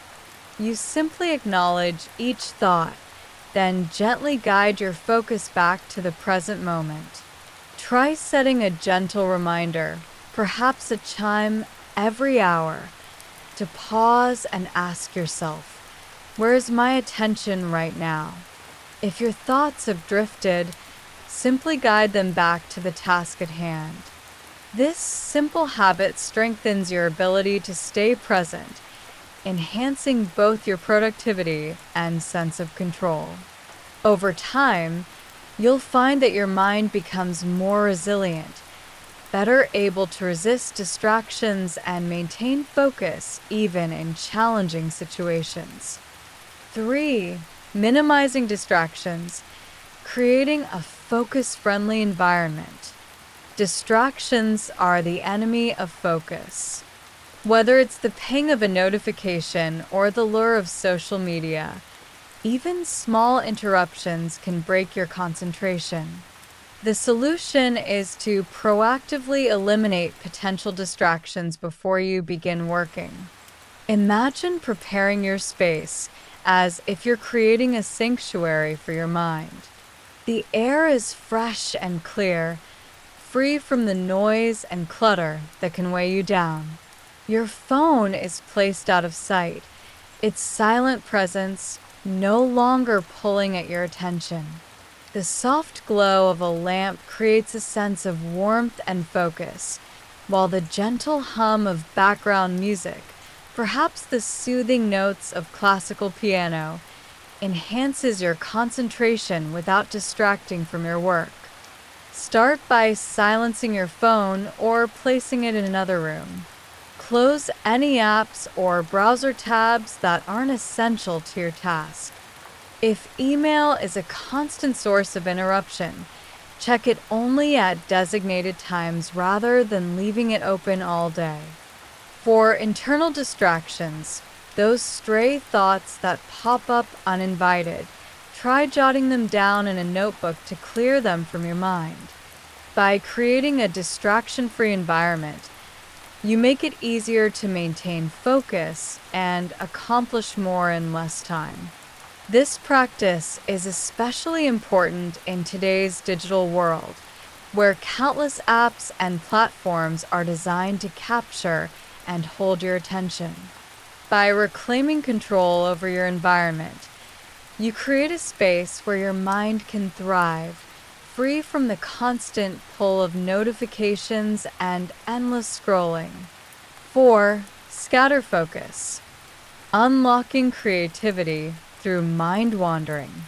While hyperfocus is essential for productivity, it's not the only way to use your attention. Scatter focus, a state of relaxed, wandering thought, plays a crucial role in creativity and problem solving.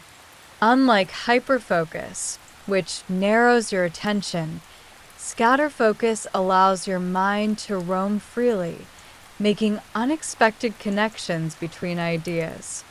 Picture yourself strolling through a sun-dappled forest, the soft crunch of leaves beneath your feet and the gentle breeze rustling through the trees. As you walk, your mind drifts from one thought to another.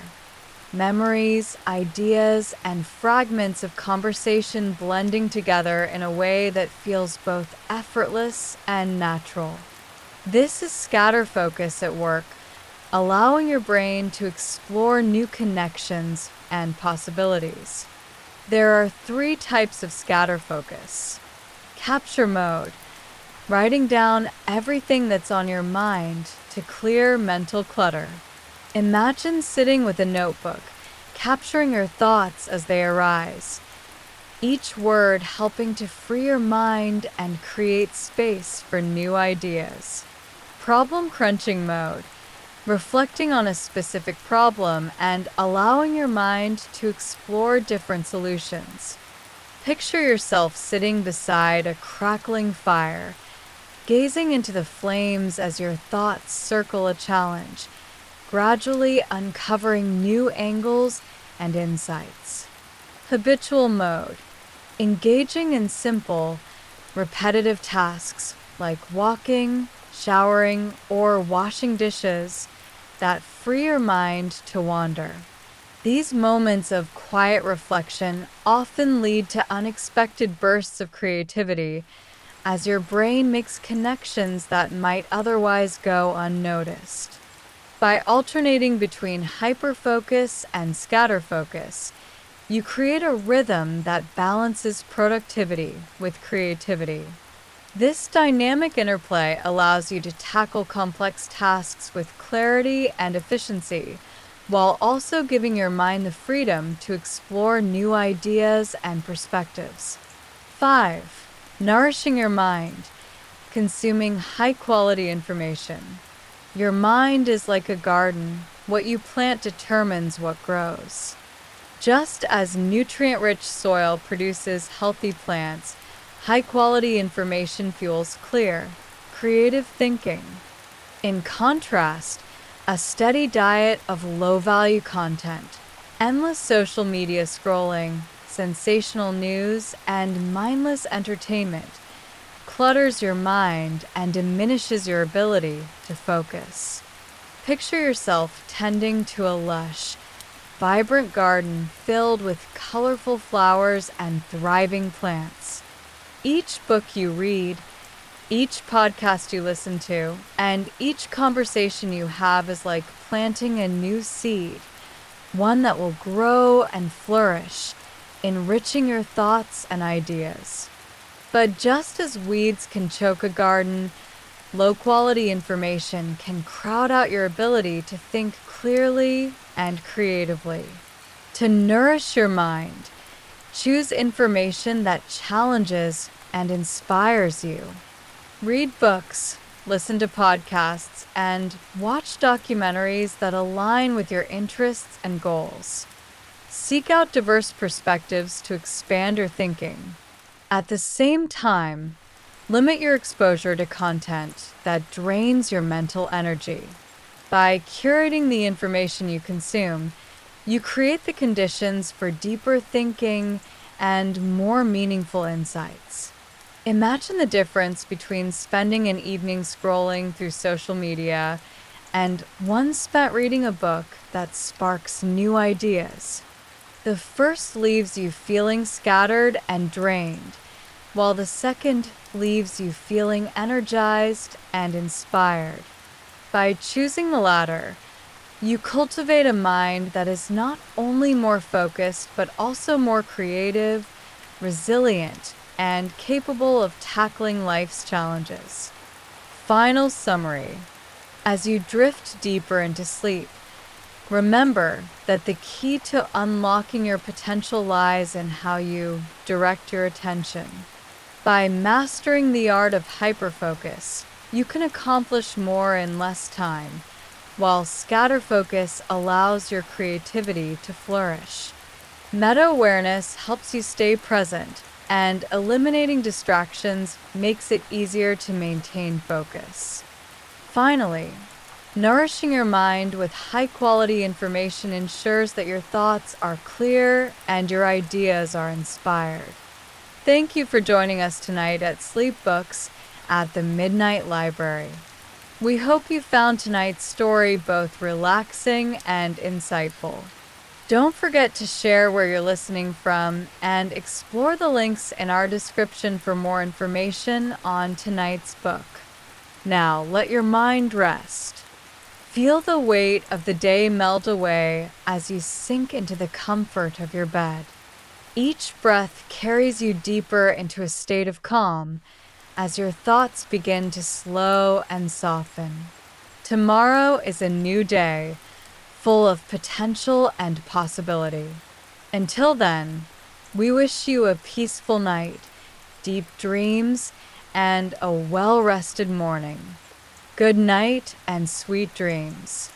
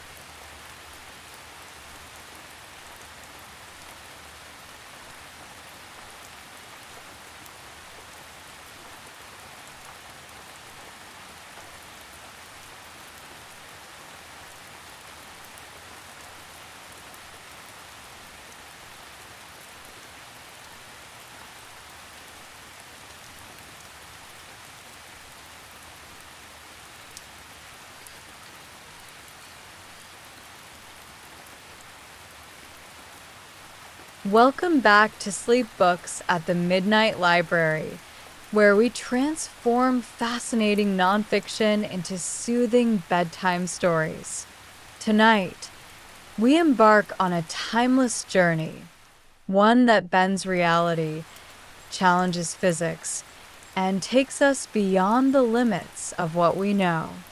We're exploring Time Travel, a history by James Gleick, a book that traces the origins of time travel as an idea, from its birth in literature to its place in science, philosophy, and pop culture.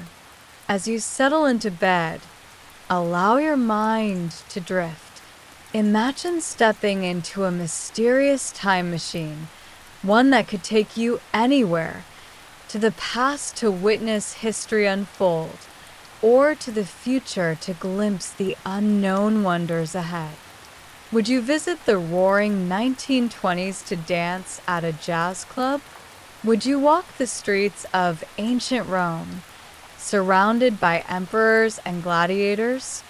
Or perhaps you'd leap forward 1,000 years to see a world transformed by technology and interstellar exploration?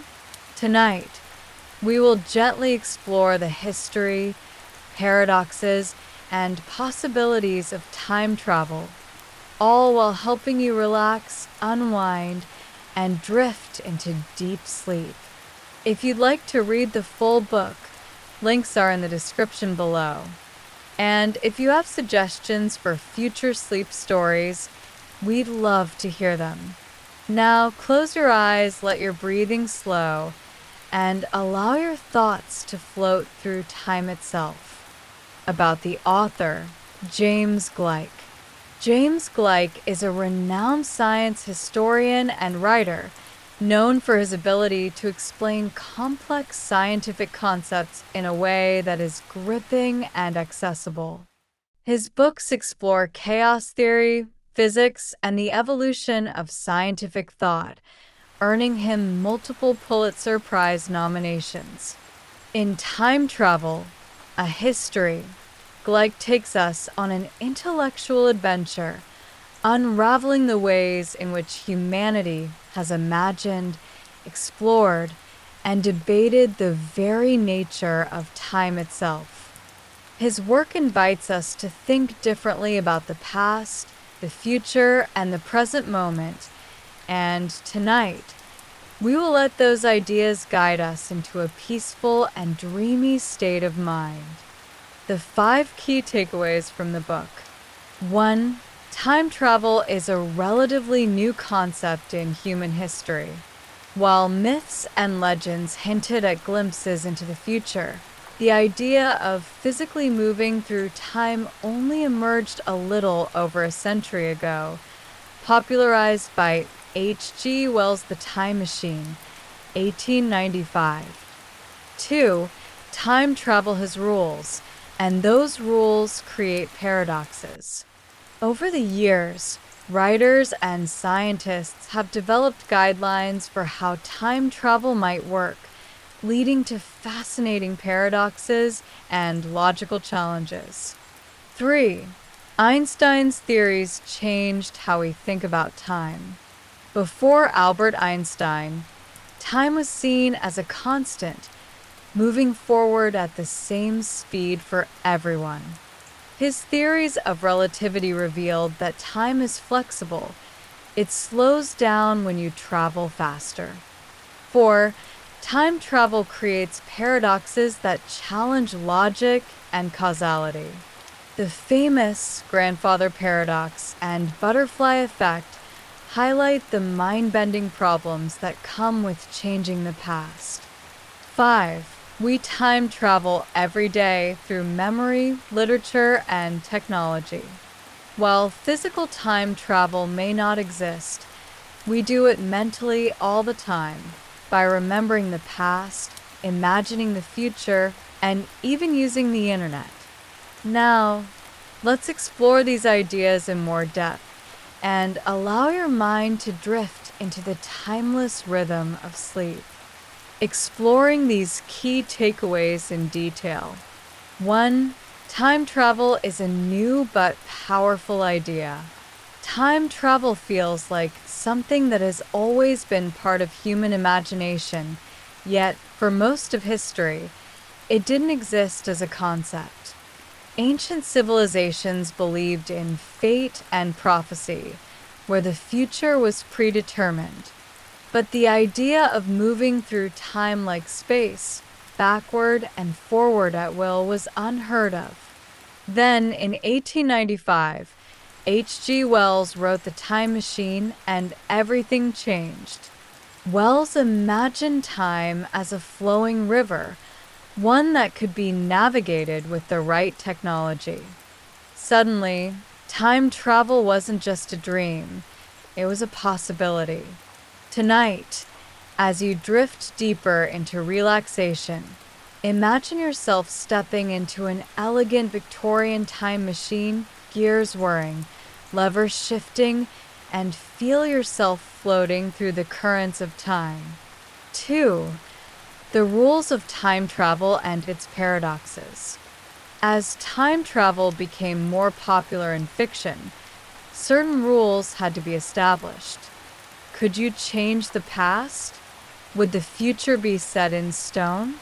And then came the paradoxes, the mind-bending logical problems that time travel creates. The grandfather paradox.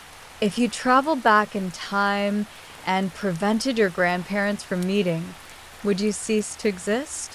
And if so, how could you have traveled back in the first place? The butterfly effect. A tiny change in the past, like stepping on a single butterfly, could have massive, unpredictable effects on the future.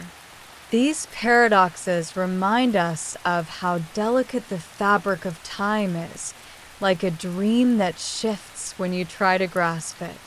So tonight, as you sink deeper into your pillows, allow your mind to let go of time altogether, floating in a place beyond past, present, and future. 3. Einstein's theories transform time itself. Before Einstein, time was thought to be constant and unchanging. Then came the theory of relativity, which revealed that time is actually malleable. It slows down the faster you move. Imagine you were on a spaceship traveling close to the speed of light. For you, only a few months might pass, but on Earth, decades could go by. This means that time travel, at least to the future, is theoretically possible. Tonight, imagine yourself drifting through the cosmos, watching the stars blur into streaks of light as time slows, and you drift further into a peaceful sleep. 4. The paradoxes of time travel challenge reality. If time travel were possible, wouldn't we already have visitors from the future? Stephen Hawking once humorously suggested that if time travel exists, we should throw a party and invite people from the future to attend. No one showed up. Does this mean time travel is impossible? Or simply that we haven't figured it out yet? These questions invite us to dream and wonder, just as you are doing now, letting your thoughts drift through the endless corridors of time. 5. We time travel every day through memory and technology. Memory allows us to revisit the past, reliving moments and reshaping them. Books, films, and photographs freeze time, letting us see the world as it once was. The internet and social media create a strange kind of time travel where the past can be altered or erased at will. In a way, we are all time travelers, moving through memories, experiences, and ideas that stretch across the ages. Final summary. Wishing you a peaceful and restful night. Let go of the present moment, drift into the timeless void of sleep, and allow yourself to travel through the landscapes of your dreams. Good night, and sweet dreams.